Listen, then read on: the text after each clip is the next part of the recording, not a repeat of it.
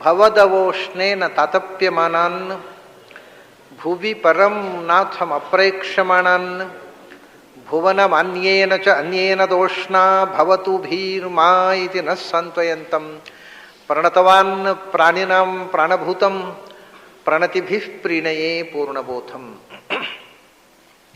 ನಾರಾಯಣಂ ಸುರಗುರುಂ ಜಗದೇಕನಾಥಂ ಭಕ್ತಪ್ರಿಯಂ ಸಕಲಲೋಕ ನಮಸ್ಕೃತಂಚ ತ್ರೈಗುಣ್ಯವರ್ಜಿತಮಜಂ ವಿಭುಮದ್ಯಮೀಶಂ ವಂದೇ ಭವಘ್ನಂ ಅಮರಾಸುರ ಸಿದ್ಧವಂದ್ಯಂ. ನಾರಾಯಣಂ ನಮಸ್ಕೃತ್ಯ ನರಂಚೈವ ನರೋತ್ತಮಂ ದೇವೀಂ ಸರಸ್ವತೀಂ ವ್ಯಾಸಂ ತತೋ ಜಯಮುದೀರಯೇ. ನನ್ನ ಅಧ್ಯಾತ್ಮ ಬಂಧುಗಳೇ,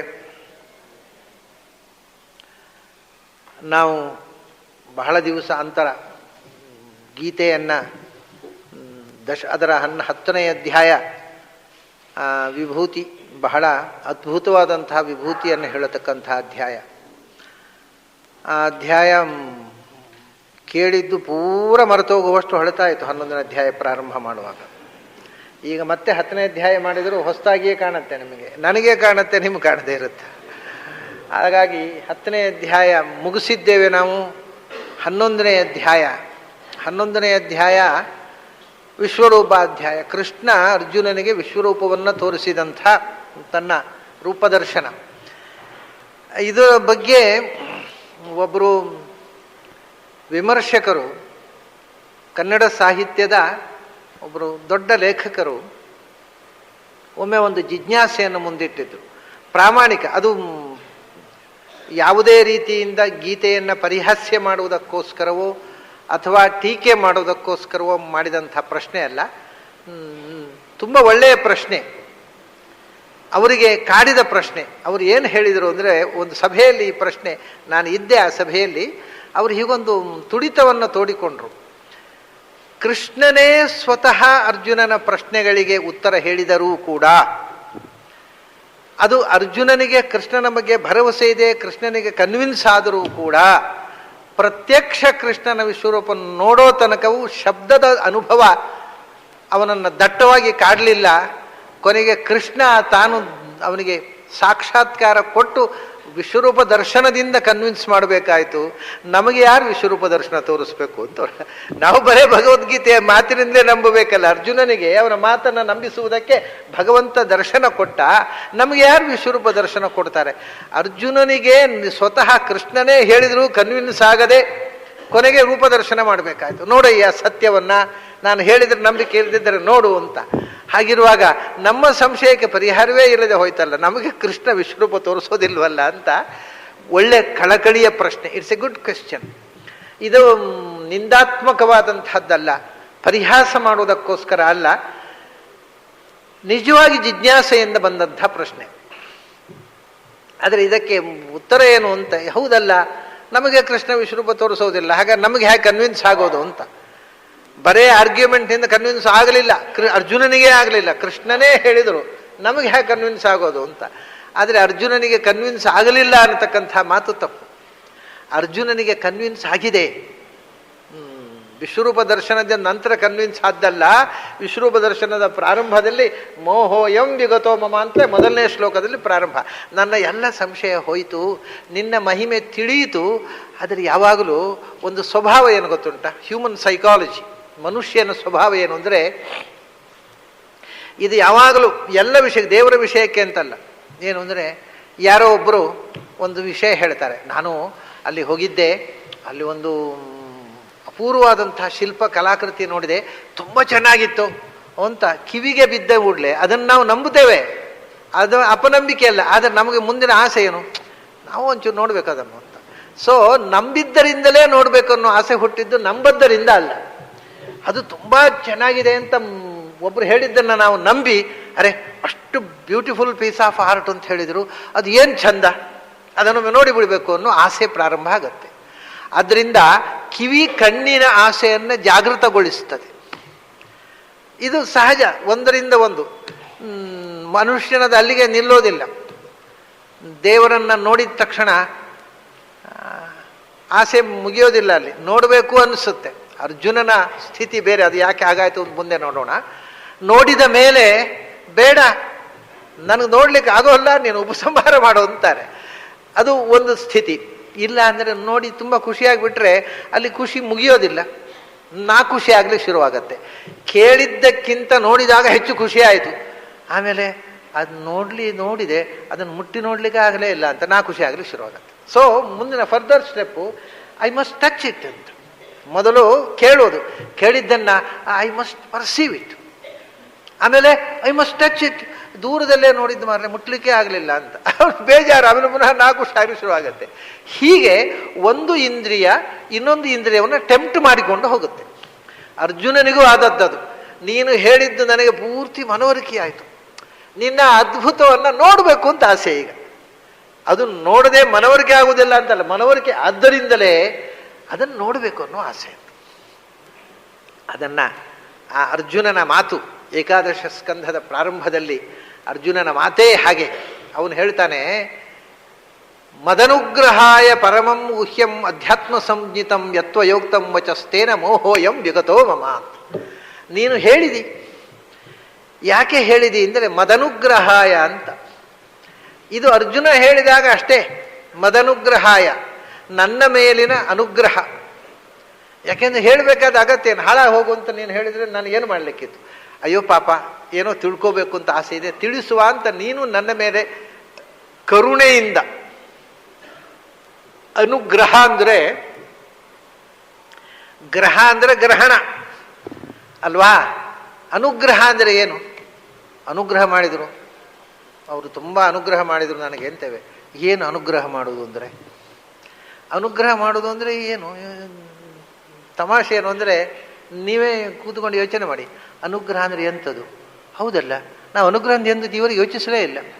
ಅನುಗ್ರಹ ಮಾಡಿದರು ದೇವರು ಅನುಗ್ರಹ ಮಾಡಿದರು, ಸ್ವಾಮಿಗಳು ಅನುಗ್ರಹ ಮಾಡಿದರು, ಸ್ವಾಮಿಗಳ ದೊಡ್ಡ ಅನುಗ್ರಹ ಹೇಳ್ತಾ ಬಂದಿದ್ದೇವೆ. ಹಾಗಂದ್ರೆ ಎಂಥದ್ದು ಅಂತ ಯೋಚಿಸಲೇ ಇಲ್ಲ ನಾವು. ಅನುಗ್ರಹ ಅಂದರೆ ಏನು ಅಂತ ಕೇಳಿ ಹೇಳಿ ಬರೋಲ್ಲ. ಅನುಗ್ರಹ ಅಂದರೆ ಅನುಗ್ರಹ, ಅಷ್ಟು ಗೊತ್ತಾಗೋದಿಲ್ವಾ? ಅಷ್ಟೇ. ಅನುಗ್ರಹ ಅಂದರೆ ಏನು ಅದ್ರ ಬಗ್ಗೆ ಎಂದು ಯೋಚಿಸಲ್ಲ. ನಮ್ಮನ್ನ ಗ್ರಹಣ, ಒಬ್ಬ ನಾವು ಜಾರಿ ಬೀಳುವಂಥ ಸ್ಥಿತಿಯಲ್ಲಿ ಇದ್ದವರನ್ನ ಎತ್ತಿ ಹಿಡಿಯುವುದು ಗ್ರಹಣ. ಅದು ನಮ್ಮ ಉದ್ಧಾರಕ್ಕೆ ಅನುಕೂಲವಾದ ಗ್ರಹಣ ಅನುಗ್ರಹಣ. ಅಂದರೆ ನಮ್ಮನ್ನ ಸರಿದಾರಿಯಲ್ಲಿ ಹೋಗುವಂತೆ ಎತ್ತಿ ಹಿಡಿಯುವುದಕ್ಕೆ ಅನುಗ್ರಹ ಅಂತ ಹೇಳೋದು. ಅನುಗ್ರಹ ಅಂದರೆ, ಯಾಕೆಂದರೆ ಇದಕ್ಕೆ ಬೇರೆ ಭಾಷೆಯಲ್ಲಿ ಶಬ್ದ ಇಲ್ಲ, ಕನ್ನಡದಲ್ಲಿ ಶಬ್ದ ಇಲ್ಲ. ಅನುಗ್ರಹಕ್ಕೆ ಪ್ರತಿ ಶಬ್ದ ಇಲ್ಲ. ದೇವರು ಅನುಗ್ರಹ ಮಾಡಿದ ಅಂತ ಹೇಳೋದು ಅಷ್ಟೇ. ಅನುಗ್ರಹ ಮಾಡೋದನ್ನು ಕನ್ನಡದಲ್ಲಿ ಹೇಳ್ರಿ ಅಂದರೆ ಅನುಗ್ರಹ ಮಾಡೋದು ಅಷ್ಟೇ. ಇಂಗ್ಲೀಷ್ನಲ್ಲಿ ಕೆಟ್ಟದಾಗಿ ಅನುವಾದ ಮಾಡಿ ಗ್ರೇಸು ಅಂತ. ಗ್ರೇಸು ಅಲ್ಲ, ಮಣ್ಣು ಅಲ್ಲ ಅದು ಅನುಗ್ರಹ ಅಂದರೆ. ಅದಕ್ಕೆ ಸರಿಯಾದ ಶಬ್ದ ಇಲ್ಲ, ಅದಕ್ಕೆ ಏನಾದರೂ ಒಂದು ಶಬ್ದ ಹೇಳೋದು. ಇವತ್ತು ಸಂಸ್ಕೃತ ಶಬ್ದಗಳ ಕೆಟ್ಟ ಇಂಗ್ಲೀಷ್ ಅನುವಾದದಿಂದಲೇ ಅನೇಕ ತಪ್ಪು ಅಭಿಪ್ರಾಯಗಳು ವಿಶ್ವದಾದ್ಯಂತ ಬೆಳೆಯುವುದಕ್ಕೆ ಸಾಧ್ಯ ಆಯಿತು. ಅದಕ್ಕೆ ಸರಿಯಾದಂಥ ಆಂಗ್ಲ ಪದ ಇಲ್ಲ, ಕನ್ನಡದಲ್ಲೇ ಇಲ್ಲ. ನಮ್ಮ ದೇಶದ ಶಬ್ದಕ್ಕೆ ನಮ್ಮ ಭಾಷೆಯಲ್ಲೇ ಶಬ್ದ ಇಲ್ಲ. ಅವರು ಗ್ರೇಸು ಅಷ್ಟೇ. ಅನುಗ್ರಹ ಅಂದರೆ ಗ್ರೇಸ್ ಆಫ್ ಗಾಡ್, ದೇವರ ಅನುಗ್ರಹ. ಇನ್ನೇನು ಹೇಳಬೇಕು? ಅನುಗ್ರಹ ಅಂದರೆ ಏನು? ಪ್ರತಿಶಬ್ದ ಯಾವ ಭಾಷೆಯಲ್ಲೂ ಒಬ್ಬ ಮನುಷ್ಯನನ್ನು ಉದ್ಧಾರ ಮಾಡಿ ಅವನನ್ನು ಎತ್ತರಕ್ಕೇರಿಸಿ ಮುನ್ನಡೆಸಬೇಕು ಅನ್ನತಕ್ಕಂಥ ಒಂದು ಡಿಸೈರ್ ಉಂಟಲ್ಲ ದೊಡ್ಡವರಲ್ಲಿ. ತಮ್ಮಿಂದ ಚಿಕ್ಕವರನ್ನು ಇವರನ್ನು ಎತ್ತರಕ್ಕೇರಿಸಿ ಸರಿದಾರಿಯಲ್ಲಿ ನಡೆಸಬೇಕು, ಇವರನ್ನು ಉದ್ಧಾರ ಮಾಡಬೇಕು ಅನ್ನುವ ಡಿಸೈರ್, ಆ ವಿಲ್ ಉಂಟಲ್ಲ, ಅದು ಅನುಗ್ರಹ. ಅನುಕೂಲವಾದ ಗ್ರಹಣ, ಅವರನ್ನು ಎತ್ತರಕ್ಕೆ ಏರಿಸಿ ಸರಿದಾರಿಯಲ್ಲಿ ನಡೆಸಿ ಉದ್ಧಾರ ಮಾಡಬೇಕು ಅನ್ನೋ ಇಚ್ಛೆ, ಇದೇ ನಿಜವಾದ ಅನುಗ್ರಹ ಅಂದರೆ. ಅವನು ಹೇಳ್ತಾನೆ, ನೀನು ದೊಡ್ಡ ಅನುಗ್ರಹ ಮಾಡಿದ್ದೀನಿ ನನಗೆ. ಮದನುಗ್ರಹಾಯ, ನನ್ನನ್ನು ದಾರಿ ತಪ್ಪಿ ಎಲ್ಲೋ ಜಾರಿ ಬೀಳ್ತಿದ್ದೆ, ನನಗೆ ದಾರಿ ತೋರಿಸಿ ಮುಂದೆ ಹೋಗುವ ದಾರಿ ತೋರಿಸಿದಿ, ಮೇಲಕ್ಕೆ ಏರುವ ದಾರಿ ತೋರಿಸಿದಿ, ದೊಡ್ಡ ಅನುಗ್ರಹ ಮಾಡಿದಿ ಅಂತ. ಇಲ್ಲಿ ಒಂದು ಸಂಗತಿಯನ್ನು ಪ್ರಾಯ ಯಾರೂ ಗಮನಿಸುವುದಿಲ್ಲ. ಮದನುಗ್ರಹಾಯ ಅಂದರೆ ನನ್ನ ಮೇಲಿನ ಅನುಗ್ರಹಕ್ಕೋಸ್ಕರ, ನನಗೆ ಅನುಗ್ರಹ ಮಾಡೋದಕ್ಕೋಸ್ಕರ ನೀನು ಹೀಗೆ ಮಾಡಿದಿ. ಮತ್ ಅಂದರೆ ಟು ಮೀ, ನನಗೆ. ಮತ್ ಅಂದರೆ ಅಸ್ಮತ್ ಶಬ್ದದ ರೂಪ. ಮಮ ಅನ್ನೋದು ಮಮ ಅನುಗ್ರಹ ಮದನುಗ್ರಹ, ತಸ್ಮೈ ಮದನುಗ್ರಹಾಯ. ಚಿಂತನೆ ಹೇಳಿದ್ದು, ವಿಗ್ರಹ ಮಾಡಿದ್ದು. ಮತು ಅಂದರೆ ನನ್ನ ಅಂತ ಒಂದೇ ಅರ್ಥ ಅಲ್ಲ, ಇದಕ್ಕೊಂದು ಯೂನಿವರ್ಸಲ್ ಮೀನಿಂಗ್ ಇದೆ. ಅದನ್ನು ಯಾರೂ ಸಂಸ್ಕೃತ ಓದಿದವರು ಅಷ್ಟು ಸೀರಿಯಸ್ ಆಗಿ ಯೋಚಿಸುವುದಿಲ್ಲ. ಯಾಕೆಂದರೆ ನಮ್ಮಲ್ಲಿ ಒಂದು ಸಂಸ್ಕೃತ ಅಧ್ಯಯನ ಮಾಡುವವರಿಗೆ ಕ್ರಿಯೇಟಿವ್ ಥಿಂಕಿಂಗನ್ನು ನಾವು ಹೇಳಿಕೊಡುವುದಿಲ್ಲ.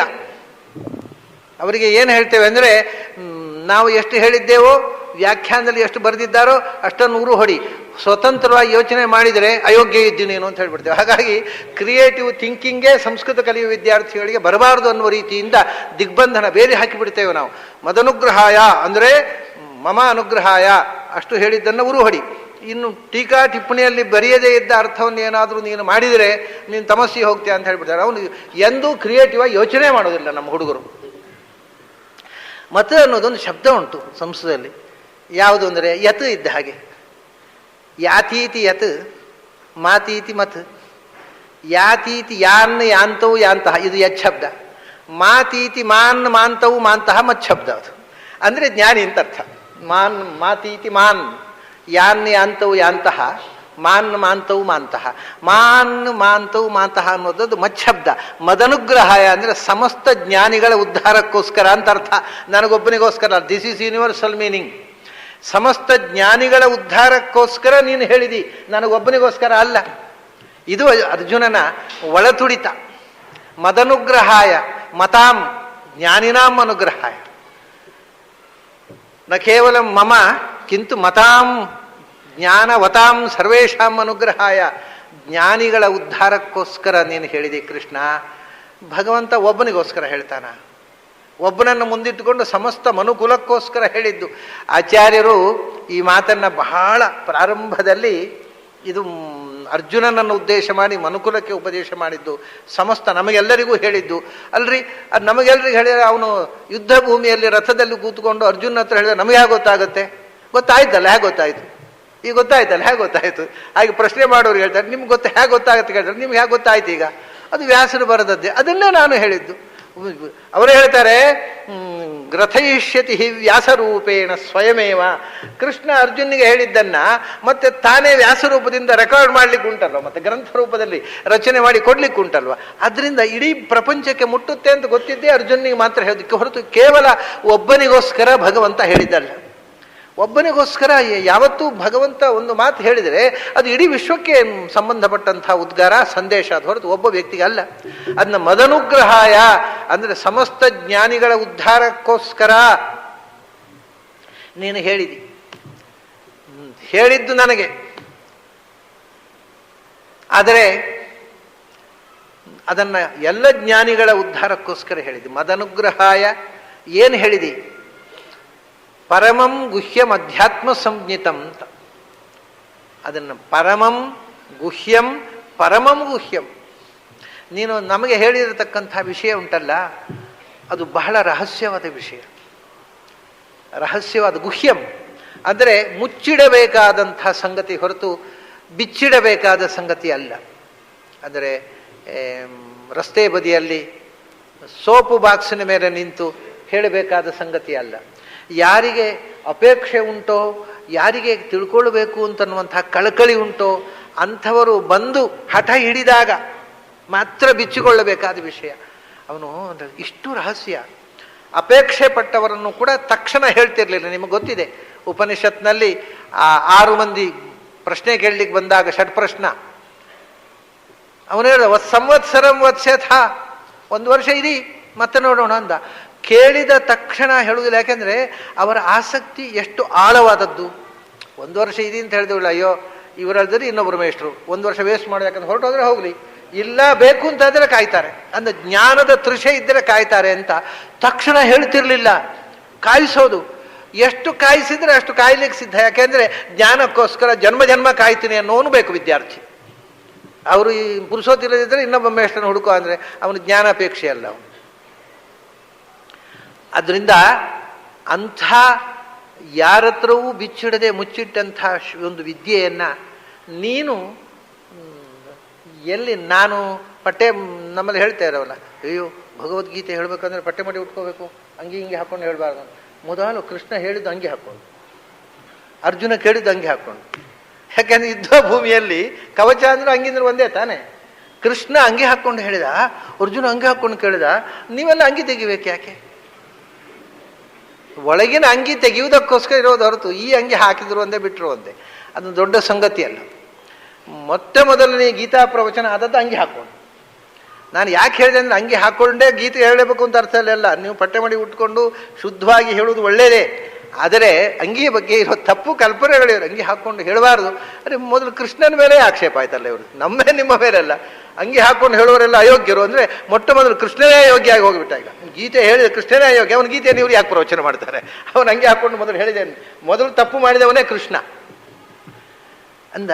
ಯಾವುದೇ ಒಂದು ಸಂಗತಿಯನ್ನು ಮೂಲದಿಂದ ಕೂಲಂಕಷವಾಗಿ ಚಿಂತನೆ ಮಾಡತಕ್ಕಂಥ ಶಕ್ತಿಯನ್ನೇ ಕಳ್ಕೊಂಡು ಬಿಟ್ಟಿದ್ದೇವೆ ನಾವು. ನಮ್ಮ ಮೂಢನಂಬಿಕೆಗಳೇ ನಮ್ಮ ಸಂಪ್ರದಾಯಗಳು, ನಮ್ಮ ಆಚರಣೆಗಳು, ನಮ್ಮ ಆವೇಶಗಳು, ನಮ್ಮ ಆಕ್ರೋಶಗಳು ಆಗಿಬಿಟ್ಟಿದೆ. ಇದು ಒಂದು ಸಂಗತಿಯೇ ಅಲ್ಲ, ಇದನ್ನು ಮರೆತು ಬಿಡಿ. ಗೀತೆ ಚಿಂತನೆ ಬರುವಾಗ ನಾನು ಒಂದು ಕಡೆ ಹೇಳಿದೆ, ನಾನು ಎಲ್ಲೋ ಒಂದು ಕಡೆ ಈ ಮಾತು ಹೇಳಿದೆ. ನಾನು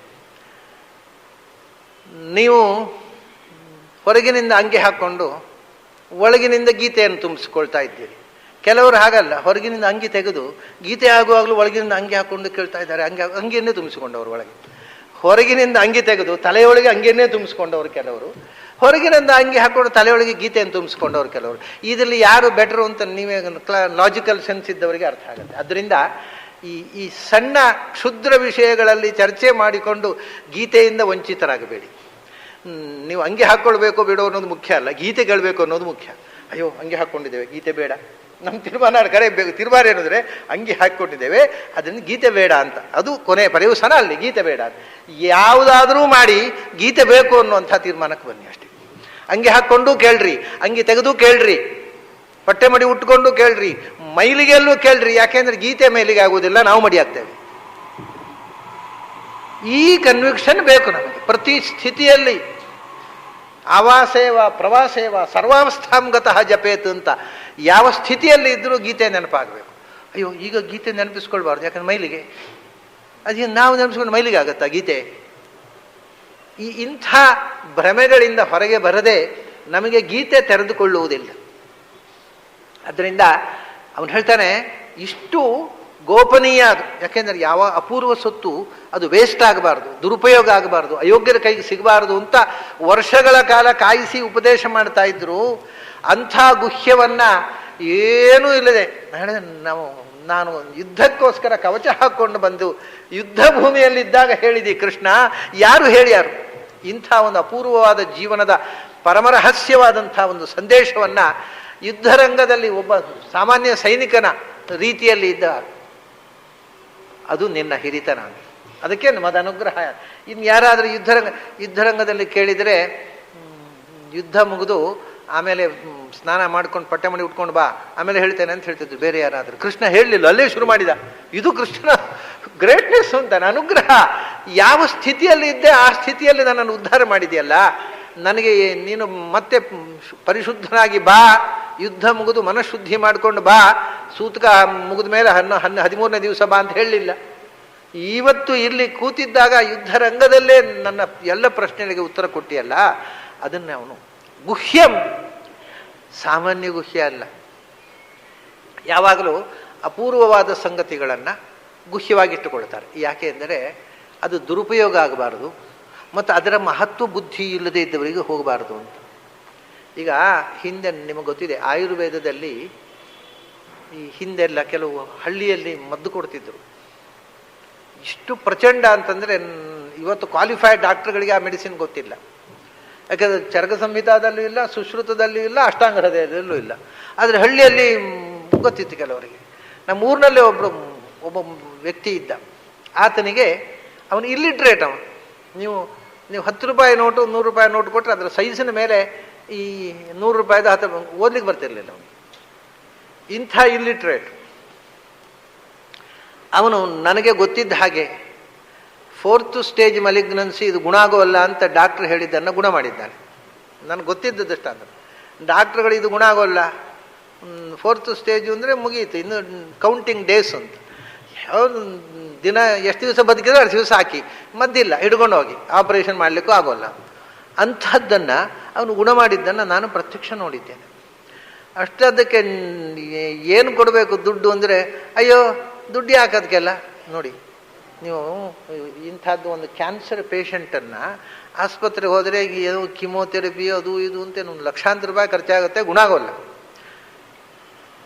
ಹೋಗೋದು ರೋಗ ಅಲ್ಲ, ದುಡ್ಡು ಹೋಗಿಬಿಡುತ್ತೆ, ರೋಗ ಹೋಗೋದೇ ಎಲ್ಲ ಕಡೆಗೂ, ಅದು ಉಳಿದು ಬಿಡುತ್ತೆ.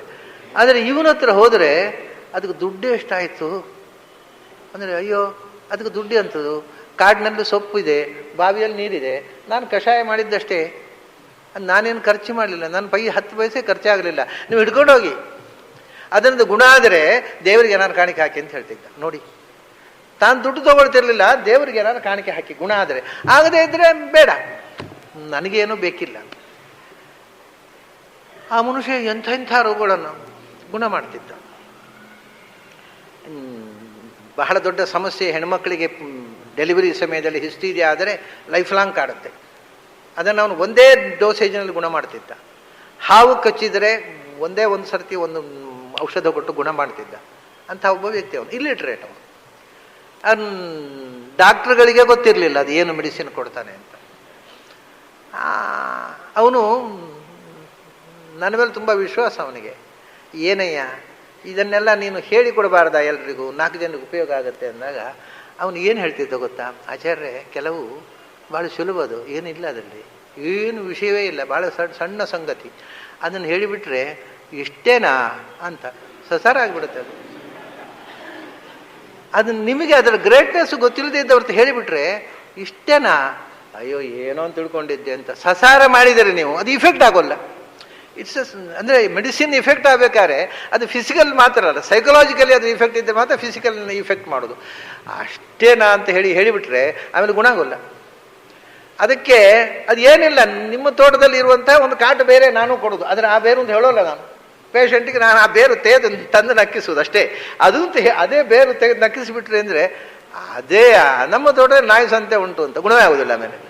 So this is the problem. ಅವ್ರು ಹೇಳಿದ್ದಾರೆ ಸೀಕ್ರೆಟ್ ಯಾಕೆ ಇಡಬೇಕು ಅಂದರೆ, ಕೆಲವು ವಸ್ತುವಿನ ಸರಿಯಾದ ಮಹತ್ವ ಗೊತ್ತಿಲ್ಲದೆ ಇದ್ದವರಿಗೆ ಅದು ಸಸಾರ ಆಗಿಬಿಡುತ್ತೆ. ಸಸಾರ ಆದರೆ ಒಂದು ನಿರುಪಯುಕ್ತ ಆಗುತ್ತೆ, ಒಂದು ದುರುಪಯುಕ್ತ ಆಗುತ್ತೆ. ಆದ್ದರಿಂದ ಕೆಲವು ಸಂಗತಿ ಅದನ್ನು ನಾನು ಹೇಳೋಲ್ಲ ಅಂತ ಹೇಳ್ತಿದ್ದ. ನನ್ನ ಹತ್ರ ಕೆಲವು ಹೇಳಿದ್ದ, ಆದರೆ ಆಚಾರ್ಯ ಇದು ಹೇಳಿದರೆ ನಂಬಿಕೆ ಹೋಗಿಬಿಡುತ್ತೆ, ಅದರ ಮಹತ್ವ ಹೋಗುತ್ತೆ, ಅದರಿಂದ ನಾನು ಹೇಳೋಲ್ಲ ಯಾರಿಗೂ ಅಂತ. ಪಾಪ ಹೇಳಿದ್ರೆ ಸತ್ತೋದ ಅವನು. ಎಷ್ಟು ಜನರನ್ನು ಕ್ಯಾನ್ಸರ್ 4th ಸ್ಟೇಜ್ನಲ್ಲಿದ್ದದನ್ನು ಗುಣ ಮಾಡಿದ್ದ. ಹಾಗೆ ವೇದಾಂತವೂ ಅಷ್ಟೇ, ಅದು ಒಂದೋ ದುರುಪಯೋಗ ಆಗತ್ತೆ, ಒಂದೊಂದು ನಿರುಪಯುಕ್ತ ಆಗತ್ತೆ. ಆದ್ದರಿಂದ ಯಾರು ಅದನ್ನು ಸದುಪಯೋಗ ಮಾಡ್ತಾನೆ, ಯಾರು ನಿಜವಾಗಿ ಸಿನ್ಸಿಯರ್ ಆಗಿ ಕಳಕಳಿಯಿಂದ ಅಭ್ಯಾಸ ಮಾಡ್ತಾನೆ ಅಂಥವನಿಗೆ ಮಾತ್ರ ಹೇಳಬೇಕು. ಅಂಥ ಗುಹ್ಯ ಅದು. ಅದರಲ್ಲಿಯೂ ಪರಮಂ ಗುಹ್ಯಂ, ಜಗತ್ತಿನಲ್ಲಿ ಮನುಷ್ಯ ಜೋಪಾನ ಮಾಡಬೇಕಾದಂಥ ವಿದ್ಯೆಗಳಲ್ಲೇ ಅತ್ಯಂತ ರಹಸ್ಯವಾದ ವಿದ್ಯೆ ಅಂತಂದರೆ ಅಧ್ಯಾತ್ಮ ವಿದ್ಯೆ. ಅದಕ್ಕೆ ಅಧ್ಯಾತ್ಮ ಸಂಜಿತಂ ಪರಮಂ ಗುಹ್ಯಂ. ಗುಹ್ಯಂ ಯಾಕೆಂದ್ರೆ ಪರಮಂ ಸರ್ವಶ್ರೇಷ್ಠ, ವಿದ್ಯೆಗಳಲ್ಲಿ ಸರ್ವಶ್ರೇಷ್ಠ. ಆದ್ದರಿಂದ ಪರಮಂ ಗುಹ್ಯಂ ಸರ್ವಶ್ರೇಷ್ಠವಾದ ರಹಸ್ಯ. ಯಾಕೆಂದರೆ ಅಧ್ಯಾತ್ಮ ಸಂಜಿತಂ. ಅಧ್ಯಾತ್ಮ ಸಂಜಿತಂ ಅಂತಂದರೆ ಅಧ್ಯಾತ್ಮದಲ್ಲಿ ಪರಮ ಆಗುವುದೇ ಆಗುವಾಗ ಅಂದರೆ 3 ಸ್ಟೇಜ್ ಉಂಟು ಅಧ್ಯಾತ್ಮದಲ್ಲಿ. ಮೊದಲನೇದ್ದು ಅಧ್ಯಾತ್ಮ ಬಿಡಿ. ಆತ್ಮ ಅಂದರೆ ಸಾಮಾನ್ಯವಾಗಿ ಲೋಕದಲ್ಲಿ ನಾವು ಹೇಳುವಂತಹದ್ದು ಆತ್ಮ ಇವ ಹ್ಯಾತ್ಮನೋ ಬಂಧು, ಆತ್ಮ ಇವ ರಿಪುರಾತ್ಮನಃ. ಆತ್ಮ ಅಂದರೆ ಮನಸ್ಸು, ಮೈಂಡ್. ಆದ್ದರಿಂದ ಅಧ್ಯಾತ್ಮ ಅಂತಂದರೆ ಸೈಕಾಲಜಿ. ಇವತ್ತಿನ ಪರಿಭಾಷೆಯಲ್ಲಿ ಇಂಗ್ಲೀಷ್ ಓದ್ತಕ್ಕಂಥ ಮಕ್ಕಳಿಗೆ ಅಧ್ಯಾತ್ಮ ಅಂದರೆ ಏನು ಅಂದರೆ ಫಸ್ಟ್ ಸ್ಟೇಜ್ನಲ್ಲಿ, ಅದು ಬೇರೆ ಬೇರೆ ಲೆವೆಲ್ನಲ್ಲಿ ಬೇರೆ ಬೇರೆ ಅರ್ಥ ಕೊಡುತ್ತೆ. ಫಸ್ಟ್ ಸ್ಟೇಜ್ನಲ್ಲಿ ಅಧ್ಯಾತ್ಮ ಅಂದರೆ ಸೈಕಾಲಜಿ, ಅದೇ ಗುಹ್ಯ. ನಾವು ಸೈಕಾಲಜಿಯನ್ನು ತೆರೆದಿಡ್ಲಿಕ್ಕೆ ಆಗೋದಿಲ್ಲ. ಯಾಕೆಂದರೆ ನೀವು ಅದಕ್ಕೆ ಬೇಕಾಗಿರತಕ್ಕಂಥ ಮೆಂಟಲ್ ಪ್ರಿಪರೇಷನು, ಅದಕ್ಕೆ ಅರ್ಹತೆ ಇಲ್ಲದೇ ಇದ್ದವ್ರ ಮುಂದೆ ಸೈಕಾಲಜಿ ಬಿಚ್ಚಿದ್ರೆ ವೇಸ್ಟ್ ಆಗುತ್ತೆ, ಅಥವಾ ಅವನು ಸೈಕಿಕ್ ಆಗ್ತಾನೆ. ಅವನಿಗೆ ಮತ್ತೆ ಸೈಕೋಥೆರಪಿ ಮಾಡಬೇಕಾಗತ್ತೆ. ವೇದಾಂತವು ಹಾಗೆ. ನಾನು ಇದನ್ನು ಪ್ರತ್ಯಕ್ಷ ನೋಡಿದ್ದೇನೆ. ವೀಕ್ ಮೈಂಡಿನವರು, ದುರ್ಬಲ ಮನಸ್ಸಿನವರು ಸೈಕಾಲಜಿ ಆದರೂ ಓದಿದರೆ ತೊಂದರೆ ಇಲ್ಲ, ವೇದಾಂತ ಓದಿಬಿಟ್ರೆ ಬಹಳ ಅನರ್ಥಗಳಾಗಿಬಿಡ್ತವೆ. ಇದು ಕಾರಣ ದುರ್ಬಲವಾದಂಥ ಮನಸ್ಸು ಗೈಡೆನ್ಸ್ ಇಲ್ಲದೆ ವೇದಾಂತ ಓದಿದರೆ, ಈ ಗೈಡೆನ್ಸ್ ಇಲ್ಲದೆ ಯೋಗಾಭ್ಯಾಸ ಮಾಡಿದರೆ, ಗೈಡೆನ್ಸ್ ಇಲ್ಲದೆ ಪ್ರಾಣಾಯಾಮ ಅಭ್ಯಾಸ ಮಾಡಿದರೆ, ಅದಕ್ಕೋಸ್ಕರ ಅದಕ್ಕೆ ರಹಸ್ಯ. ಯಾಕೆಂದರೆ ಅದು ತೊಂದರೆ ಕೊಟ್ಟುಬಿಡುತ್ತೆ. ಅದು ಫಿಲಾಸಫಿ ಅದಕ್ಕಿಂತ ದೊಡ್ಡ ವೈದ್ಯರು ಬೇಕಾಗತ್ತೆ. ಅದಕ್ಕೆ ವೈದ್ಯರ ನೆರವಿಲ್ಲದೆ ವೇದಾಂತವನ್ನು ಓದುವುದು ಮತ್ತು ಆ ವೇದಾಂತದ ಗುಂಗು ತಲೆವರೆಗೆ ಕೂತು ಬಿಟ್ಟರೆ ಏನೋ ನಾವು ವೇದಾಂತದ ಗುಂಗಿನಲ್ಲಿದ್ದೇವೆ, ನಾವೇನೋ ಬಹಳ ಎತ್ತರ ಕೇಳ್ತಾ ಇದ್ದೇವೇನೋ ಭ್ರಮೆ ಬಂದುಬಿಡ್ತದೆ. ಅದು ಅಷ್ಟು ಸುಲಭದಲ್ಲಿ ಗುಂಗು ಹತ್ತೋಲ್ಲ, ಅದು ಗುಂಗು ಹತ್ತುವುದೇ ಅಲ್ಲ, ಅದು ಒಂದು ಭ್ರಮೆ. ವೇದಾಂತ ನನಗೆ ಬಹಳ ಇಷ್ಟವಾಗಿದೆ, ನಾನು ವೇದಾಂತವನ್ನೇ ಅರೆದು ಕುಡಿದು ವೇದಾಂತವನ್ನೇ ತಿಂದು ವೇದಾಂತವನ್ನೇ ಹೊದ್ದು ಮಲಗ್ತಾ ಇದ್ದೇನೆ ಅಂತ ತಿಳ್ಕೊಳ್ತಾರೆ. ಆದರೆ ವೇದಾಂತ ಜೀರ್ಣ ಆಗುವುದೇ ಇಲ್ಲ, ಯಾವತ್ತೂ ಅಜೀರ್ಣ ಆಗ್ತಾನೆ ಇರುತ್ತೆ ಒಳಗೆ. ಅದರಿಂದ ಅದನ್ನು ಎಷ್ಟು ರಹಸ್ಯವಾಗಿಟ್ಟು ಯೋಗ್ಯರಿಗೆ ಉಪದೇಶ ಮಾಡಬೇಕು. ಅಧ್ಯಾತ್ಮ ಅಂತಂದರೆ ಮೊದಲನೇದು ಸೈಕಾಲಜಿ ಆಯಿತು. ಸೈಕಾಲಜಿ, ದೊಡ್ಡ ಸೈಕಾಲಜಿ ಅಂದರೆ ವೇದಾಂತ. ವೇದಾಂತದ ಮುಂದುವರಿಕೆ ಅದು ಮನಃಶಾಸ್ತ್ರದ ಮುಂದುವರಿಕೆ. ಮನಸ್ಸು ಆದ ಮೇಲೆ ಆತ್ಮ ಅಂದರೆ ಜೀವ, ಅಧ್ಯಾತ್ಮ ಅಂದರೆ ಜೀವಶಾಸ್ತ್ರ, ಜೀವವಿಜ್ಞಾನ. ಅದಕ್ಕಿಂತ ಆಚೆಗೆ ಹೋದಾಗ ಆತ್ಮ ಅಂದರೆ ಪರಮಾತ್ಮ, ಅಧ್ಯಾತ್ಮ ಅಂದರೆ ಪರಮಾತ್ಮ ವಿಜ್ಞಾನ. ಸೊ ಮನೋವಿಜ್ಞಾನ, ಜೀವವಿಜ್ಞಾನ, ಪರಮಾತ್ಮ ವಿಜ್ಞಾನ, ಇದು ಒಂದಕ್ಕಿಂತ ಒಂದು ಪರಮ, ಒಂದಕ್ಕಿಂತ ಒಂದು ಗುಹ್ಯ. ಆದ್ದರಿಂದ ಪರಮಂ ಗುಹ್ಯಂ ಅಧ್ಯಾತ್ಮ ಸಂಜ್ಞಿತಂ. ಇದನ್ನು ಕೃಷ್ಣ ಹೇಳಿದ್ದು ಈ ಮೂರು: ಜೀವದ ಬಗ್ಗೆ, ಭಗವಂತನ ಬಗ್ಗೆ ಮತ್ತು ಮನಸ್ಸಿನ ಬಗ್ಗೆ. ಇದಿಷ್ಟು ಅಧ್ಯಾತ್ಮ. ಸೈಕಾಲಜಿ, ಈ ಇಡೀ ವೇದಾಂತವೇ ಸೈಕಾಲಜಿ, ಮನಃಶಾಸ್ತ್ರ. ಆ ಮನಃಶಾಸ್ತ್ರದ ಹಿನ್ನೆಲೆಯಲ್ಲಿ ಜೀವದ ಬಗ್ಗೆ ಮತ್ತು ಪರಮಾತ್ಮನ ಬಗ್ಗೆ ತಿಳುವಳಿಕೆ, ಇದನ್ನೇ ಅಧ್ಯಾತ್ಮ ಅನ್ನೋದು. ಅಧ್ಯಾತ್ಮ ಅಂದರೆ ಈ ಮೂರು ಮಜಲು: ಮನೋವಿಜ್ಞಾನ, ಜೀವವಿಜ್ಞಾನ, ಪರಮಾತ್ಮ ವಿಜ್ಞಾನ. ಅಧ್ಯಾತ್ಮ ಸಂಜ್ಞಿತಂ. ಈ ಒಂದು ವಿದ್ಯೆ ಬೇಕು ಅಂದರೆ ಸಿಗುವಂಥದ್ದಲ್ಲ. ಅಂಥ ಅಪೂರ್ವ ರಹಸ್ಯವನ್ನು ಯುದ್ಧರಂಗದಲ್ಲಿ ತೆರೆದಿಟ್ಟೇ ಅಲ್ಲ ಕೃಷ್ಣ. ಅದು ಎಷ್ಟು ಸರಳವಾಗಿ ಅಂದರೆ, ಮಕ್ಕಳಿಗೆ ನಿದ್ದೆ ಬಾರದೇ ಇದ್ದಾಗ ಅವ್ರು ನಿದ್ದೆ ಮಾಡಲಿಕ್ಕೋಸ್ಕರ ಕಥೆ ಹೇಳ್ತಾರಲ್ಲ, ಮಕ್ಕಳಿಗೆ ಕಥೆ ಹೇಳಿ, ಮಕ್ಕಳಿಗೆ ಕಥೆ ಹೇಳಿದಷ್ಟು ಸರಳವಾಗಿ. ಹಿಂದೆ ಶಾಸ್ತ್ರ ಹೇಳುವವರು ಹಾಗೆ ಪಾಠ ಮಾಡುವವರು. ಪಾಠ ಮಾಡುವುದು ಅಂದರೆ ಪುಸ್ತಕ ಕೈಯಲ್ಲಿ ಹಿಡಿದು ಪಾಠ ಮಾಡುವಂಥ ಕ್ರಮ ಇರಲಿಲ್ಲ ಹಿಂದೆ. ಪಾಠ ಮಾಡೋದು ಅಂದರೆ ಗುರು ಕೂತ್ಕೊಂಡು ಹೇಳೋದು, ವಿದ್ಯಾರ್ಥಿಗಳು ಪುಸ್ತಕ ಹಿಡ್ಕೊಳ್ಳೋದು. ನಿನ್ನೆ ಡಿ ಪ್ರಹ್ಲಾದಾಚಾರ್ಯ ಒಂದು ಕಥೆ ಹೇಳಿದರು. ನಮ್ಮ ತಂದೆಯವರ ಹತ್ರ ನ್ಯಾಯಶಾಸ್ತ್ರ ಪಾಠ ಕೇಳಿದ ಕಥೆ. ನಾನು ನೋಡಿದ ಹಾಗೆ ಅವರು ಯಾವತ್ತೂ ಪಾಠ ಹೇಳುವಾಗ ಪುಸ್ತಕ ಹಿಡಿದು ಕೈಯಲ್ಲಿ ಪುಸ್ತಕ ಹಿಡ್ಕೊಂಡು ಪಾಠ ಹೇಳಿದ್ದಿಲ್ಲ ನಮ್ಮ ತಂದೆಯವರು. ಯಾವ ಗ್ರಂಥ ಬೇಕಪ್ಪ ಪಾಠ, ಇವರೇ ಆಯಿತು ನಾಳೆ ಹಿಡ್ಕೊಂಡು ಬಾ, ವಿದ್ಯಾರ್ಥಿ ಹಿಡ್ಕೊಂಡು ಬರಬೇಕಷ್ಟೆ. ಇವರು ಸುಮ್ಮನೆ ಈ ಮಹಾ ಕ್ರೋಡಪತ್ರಗಳನ್ನು, ಬಹಳ ಜಟಿಲವಾಗಿರತಕ್ಕಂಥ ಶಾಸ್ತ್ರಗ್ರಂಥಗಳನ್ನು, ವಿಶೇಷವಾಗಿ ಇವರು ನವೀನ ನ್ಯಾಯ, ಗದಾಧರನ ಪಂಚಲಕ್ಷಣಿ, ಚತುರ್ದಶಲಕ್ಷಣಿ, ವ್ಯುತ್ಪತ್ತಿವಾದ ಇವನ್ನೆಲ್ಲ ಹೇಳ್ತಿದ್ರು. ತಾನು ಕೈಯಲ್ಲಿ ಪುಸ್ತಕ ಹಿಡಿತಿರಲಿಲ್ಲ. ಪುಸ್ತಕ ಹಿಡ್ಕೋಪ್ಪ ಅಂತನ್ನೋರು. ಸರಿ, ಇವರು ಪುಸ್ತಕ ಹಿಡ್ಕೊಂಡ್ರೆ ಅವರು ಒಂದು ಪಂಕ್ತಿ ನೋಡ್ತಾ ಇದ್ದಾರೆ, ಒಂದು ಪಂಕ್ತಿ ಬಂತು, ಅದರ ಮೇಲೆ ಮತ್ತೆ ವಿವರಣೆ ಬಂತು, ಅಲ್ಲಿ ಕಥೆ ಹೇಳಿದಾಗ ಹೇಳ್ತಾ ಇದ್ದಾರೆ, ಇಲ್ಲಿಗೆ ವಾಕ್ಯ ನೋಡ್ಕೊಂಡು ಹೋದ್ರೆ ಸರಿ, ಚಿಂತನೆ ಮಾಡೋದು ಬೇಡ. ಆ ಥರ ಹಿಂದೆ ಅದಮಾರ ಮಠದಲ್ಲಿ ಒಬ್ಬರು ಮಹಾನ್ ಯತಿಗಳಿದ್ದರು, ವಿಬುಧ ಪ್ರಿಯ ತೀರ್ಥರು ಅಂತ. ಅವರು ಹಾಗೆ ಪಾಠ ಮಾಡುವರು. ಬೆಳಿಗ್ಗೆ 4:15 ಗಂಟೆಗೆ ಹೀಗೆ ವೀರಾಸನ ಹಾಕಿ ಕೂತ್ಕೊಳ್ಳೋರು. ಕೂತ್ಕೊಂಡು ವಿದ್ಯಾರ್ಥಿಗಳು ಪುಸ್ತಕ ಬಿಡಿಸಿ ಕೂತ್ಕೊಳ್ಬೇಕು. 4:15ಗೆ ಕೂತ್ರೆ ಆಸನ ಬದಲಿಸದೆ 2 ಗಂಟೆ ಪ್ರವಚನ. ಹೀಗೆ ಕೂತ್ರೆ ಹೀಗೇನೆ 2 hours. 6:30 ಆದ ತಕ್ಷಣ 6:30 6ಕ್ಕೆ ಸ್ನಾನಕ್ಕೆ ಹೋದರು. ಅಲ್ಲಿ ತನಕ ಸ್ನಾನ, ಪೂಜೆ, ಆಮೇಲೆ 6 ಗಂಟೆ ತನಕ 1:30 ಗಂಟೆ, 4:15 6 ಗಂಟೆ ತನಕ ಪಾಠ ಅವ್ರದ್ದು. ಸಾಯಂಕಾಲ ಅಲ್ಲ, ಮುಂಜಾನೆ 4:30 AM to 6 AM. ಸರಿ, ಅವರು ಕೈಯಲ್ಲಿ ಪುಸ್ತಕ ಹಿಡಿತಿರಲಿಲ್ಲ. ಯಲತ್ತೂರು ಕೃಷ್ಣಾಚಾರ್ಯರಂಥ ವಿದ್ವಾಂಸರು, ನೀವು ಅವರ ಹೆಸರು ಕೇಳಿರ್ಬೋದು ಕೆಲವರಾದರು. ಅವರು ವಿವಿಧ ಪ್ರಿಯರು ಪಾಠ ಹೇಳೋದನ್ನು ಕೇಳೋದಕ್ಕೋಸ್ಕರ ಕೂತ್ಕೊಳ್ತಿದ್ದರಂತೆ. ಏನು ಆ ಪಾಠದ ಸೊಬಗು ಕೇಳಬೇಕು, ವಿಷಯ ಗೊತ್ತಿದೆ ಇವರಿಗೆ, ಆದರೆ ಅದನ್ನು ಹೇಳುವ ರೀತಿ, ಪ್ರೆಸೆಂಟೇಷನ್, ಅದನ್ನು ಕೇಳಲಿಕ್ಕೋಸ್ಕರ ಹೋಗಿ ಕೂತ್ಕೊಂಡು, ನಮ್ಮ ದೊಡ್ಡಪ್ಪ ಹೇಳ್ತಿದ್ರು, ಅವರು ಪ್ರತ್ಯಕ್ಷ ಕಂಡವರು ಆ ದೃಶ್ಯವನ್ನು. ಯಲತ್ತೂರು ಕೃಷ್ಣಾಚಾರ್ಯರು ಗೊಳೋ ಅಂತ ಅಳುವರಂತೆ, ಅಂದರೆ ಸಂತೋಷದಿಂದ ಆ ಪಾಠದ ವೈಖರಿ ಕೇಳ್ತಾ ಕಣ್ಣೀರು ಸುರಿಸೋದು. ಪುಸ್ತಕ ಕೈಯಲ್ಲಿ ಮುಟ್ಟುತ್ತಿರಲಿಲ್ಲ. ಅದು ನಿಜವಾದಂಥ ಪಾಠ ಅಂತಂದರೆ ಅದು ಹೇಗೆ ಅಂದರೆ, ಕಥೆ ಹೇಳಿದ ಹಾಗೆ ಹೇಳಬೇಕು, ಕಥೆ ಹೇಳಿದ ಹಾಗೆಯೇ ಇರಬೇಕು. ಅದು ಅತ್ಯಂತ ಗಹನವಾದಂಥ ವಿಷಯವನ್ನು ನಿಮ್ಮನ್ನು ಏನು ಮಾಡಬೇಕು ತುಂಟ, ಕಥೆ ಹೇಳ್ತಾ ಹೇಳ್ತಾ ನೀವು ಇಲ್ಲಿ ಕೂತಿದ್ದ ಹಾಗೆಯೇ ನಿಮ್ಮನ್ನು ಒಳಕ್ಕೆ ಕರ್ಕೊಂಡು ಹೋಗಿ, ಆ ಅಂತರಂಗದ ಏನು ಆ ಸಮುದ್ರದ ಆಳಕ್ಕೆ ಕರ್ಕೊಂಡು ಹೋಗಿ, ಪರಮಾಮೃತ ಸಮುದ್ರಾವಗಾಹಿವ ಅಂತ ತ್ರಿಕುರುಮಣಿತರು ಹೇಳ್ತಾರಲ್ಲ, ಅದನ್ನು ನಿಜವಾಗಿ ಉಪನ್ಯಾಸದ ಒಂದು ಉಪನ್ಯಾಸ ಅಥವಾ ಪಾಠ ಮಾಡುವಾಗ ಕೇಳತಕ್ಕವರು ಅವರು ಒಳಗೆ ಹೋಗಬೇಕು. ಒಳಗೆ ಹೋಗಿ ಆ ಒಳಗಿನಿಂದ ಆ ಜ್ಞಾನಾಮೃತದ ಸಮುದ್ರದಲ್ಲಿ ಮುಳುಗುತ್ತಾ ಹೋಗಬೇಕು. ಹೋಗ್ತಾ ಹೋಗ್ತಾ ಆ ಸಮುದ್ರದ ತಳಕ್ಕೆ ಹೋದಾಗ ಆ ಅಪೂರ್ವವಾದಂಥ ಮುತ್ತು ರತ್ನಗಳು ಸಿಗ್ತಾವಲ್ಲ, ಅದನ್ನು ಹೆಕ್ಕಿ ಮೇಲೆ ಕದರಬೇಕು ಅಂತ ಈ ಪ್ರೋಸೆಸ್ ನಡೀತಾ ಇರ್ತದೆ. ನಿಜವಾಗಿರ್ತಕ್ಕಂಥ ಗುರು ಪಾಠ ಹೇಳುವಾಗ ಅವನು ಒಳಕ್ಕೆ ಹೋಗಿ ಮುಳುಗಿ ಬಿಡ್ತಾನೆ. ಮುಳುಗಿ ತನಗೆ ಬೇಕಾಗಿರತಕ್ಕಂಥ ಮುತ್ತು ರತ್ನಗಳನ್ನು ಹೆಕ್ಕಿ ತರ್ತಾನೆ. ಅದು ನಿಜವಾದಂಥ ಪಾಠ, ನಿಜವಾದಂಥ ಪ್ರವಚನ. ಪುಸ್ತಕ ಹಿಡ್ಕೊಂಡು ಇಲ್ಲೊಂದು ಪುಸ್ತಕ, ಅದರ ಟಿಪ್ಪಣಿ ಇಲ್ಲೊಂದು, ಅದರ ಟಿಪ್ಪಣಿ ಇಲ್ಲೊಂದು, ಒಮ್ಮೆ ಇದನ್ನು ನೋಡೋದು, ಒಮ್ಮೆ ಹೀಗೆ, ಒಮ್ಮೆ ಇದನ್ನು ಹೀಗೆ ನೋಡೋದು, ಒಮ್ಮೆ ಇದನ್ನು ಹೀಗೆ ನೋಡೋದು. ಹಾಗೆ ನೋಡಿ ಅಷ್ಟೊತ್ತಿಗೆ ಅವನು ಮತ್ತೊಂದು ವಾಕ್ಯದ ಅರ್ಥ ಹೇಳೋ, ಮುಂದಿನ ವಾಕ್ಯದ ಹಿಂದಿನ ವಾಕ್ಯದ ಅರ್ಥ ಮರ್ತು ಹೋಗಿರುತ್ತೆ ವಿದ್ಯಾರ್ಥಿಗೆ. ಯಾಕಂದರೆ ಇವರಿಗೆ ಮತ್ತೊಂದು ವಾಕ್ಯ ನೆನಪಾಗಲಿಕ್ಕೆ 3 ಟಿಪ್ಪಣಿ ನೋಡಬೇಕಾದ್ರೆ ಅದು ಪಾಠ ಹೇಳುವ ಕ್ರಮ ಅಲ್ಲ. ಪಾಠ ಅನ್ನೋದು ಇಟ್ ಮಸ್ಟ್ ಬಿ ಸ್ಪಾಂಟೇನಿಯಸ್ ಮತ್ತು ನಿಮ್ಮನ್ನು ಒಳಕ್ಕೆ ಕಳಿಸ್ಬೇಕದು, ಎಕ್ಸ್ಟರ್ನಲ್ ಆಗಿರಬಾರ್ದು. ನೀವು ಬೆಂಗಳೂರಿನಲ್ಲಿ ಇದ್ದೇವೆ ಅನ್ನೋದನ್ನು ಮರೆತು ಬಿಡಬೇಕು, ಮರೆಯಿಸಬೇಕು, ಮರೆತು ಬಿಡುವುದಲ್ಲ, ಮರೆಸಿ ಜ್ಞಾನಾಮೃತ ಸಮುದ್ರದಲ್ಲಿ ಮುಳುಗಿದ್ದೇವೆ. ಆಮೇಲೆ ಎಚ್ಚರ ಆದಾಗ ನಾವು ಎಲ್ಲಿದ್ದೇವೆ ಅಂತ ಗೊತ್ತಾಗೋದು. ಈ ಸ್ಥಿತಿಗೆ ಮುಟ್ಟಿಸುವಂಥದ್ದನ್ನು ಪಾಠ ಪ್ರವಚನ. ಕೃಷ್ಣ ಅರ್ಜುನಿಗೆ ಹಾಗೆ ಮಾಡಿದ ನೋಡಿ. ಅವನು ಹೇಳ್ತಾನೆ, ನಾನು ಯುದ್ಧರಂಗದಲ್ಲಿ ಇದ್ದೇನೆ ಅಂತ ಆಮೇಲೆ ಗೊತ್ತಾದ್ದು.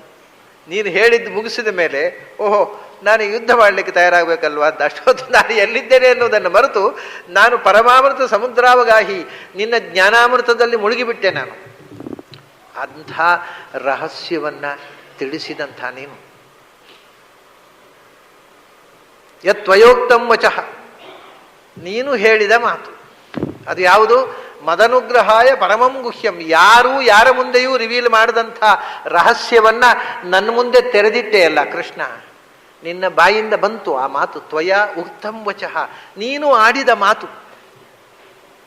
ಈಗ ಸಮಸ್ಯೆ ಅನ್ನೋದು, ನೀನು ಮಾತಾಡಿದ್ದರಿಂದ ನನಗೆ ತೃಪ್ತಿ ಆಗುವ ಬದಲು ಅತೃಪ್ತಿ ಹೆಚ್ಚಾಯಿತು.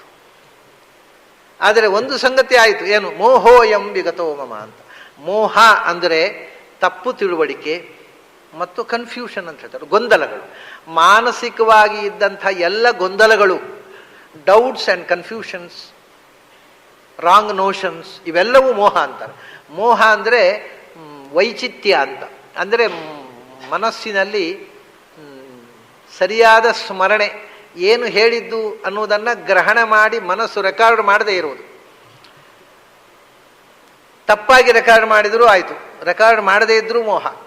ತಪ್ಪಾಗಿ ರೆಕಾರ್ಡ್ ಮಾಡಿದ್ರು ಮೋಹ, ಹಾಗೋ ಹೀಗೋ ಅಂತ ಸಂಶಯದಿಂದ ರೆಕಾರ್ಡ್ ಮಾಡಿದ್ರು ಮೋಹ. ಈ ಒಟ್ಟಿಗೆ ಹೇಳಿದ್ದು ಚಿತ್ತದಲ್ಲಿ ಸರಿಯಾಗಿ ರೆಕಾರ್ಡ್ ಆಗದೇ ಇರುವುದು ಮೋಹ, ವೈಚಿತ್ಯ ಅಂತ. ಚಿತ್ತದಲ್ಲಿ ಕರೆಕ್ಟಾಗಿ ರೆಕಾರ್ಡ್ ಆಗದೇ ಇದ್ದರೆ ಮೋಹ ಅಂತ.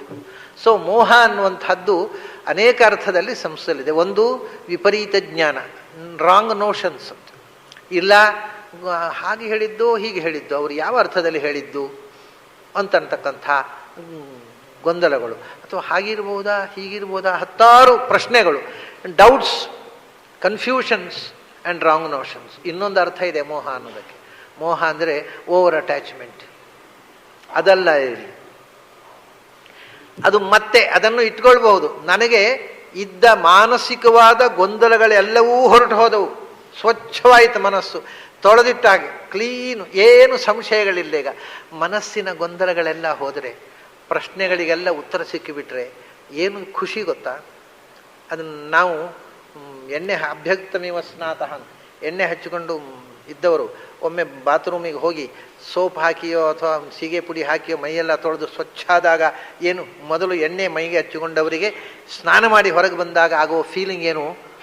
ಅದೇ ಈ ಡೌಟ್ಸ್ಗಳು ಇದ್ದಂಥ ಮನಸ್ಸು ಅಂತಂದರೆ ಎಣ್ಣೆ ಹಚ್ಚಿಕೊಂಡ ಮೈ ಹಾಗೆ, ಅದನ್ನು ಕಿರಿಕಿರಿ. ಅದು ಆ ಡೌಟ್ಸ್ಗಳೆಲ್ಲ ಪರಿಹಾರ ಆದಾಗ ಮನಸ್ಸು ಒಂದು ಸರ್ತಿ ಒಳಗಿನಿಂದ ಸ್ನಾನ ಮಾಡಿ ಹೊರಗೆ ಬಂದ ಹಾಗೆ. ಸ್ವಚ್ಛತೆಯ ಅನುಭವ ಅದು ಸ್ನಾನ ಮಾಡಿ ಮೈ ತೊಳೆದು ಬಂದಾಗ ಆಗತಕ್ಕಂತಹ ಫೀಲಿಂಗ್ ಆಫ್ ಫ್ರೆಶ್ನೆಸ್ ಅದಿರುತ್ತೆ. ಅಂಥ ಅನುಭವ ಬಂತು ನನಗೆ ಅಂತಾನೆ.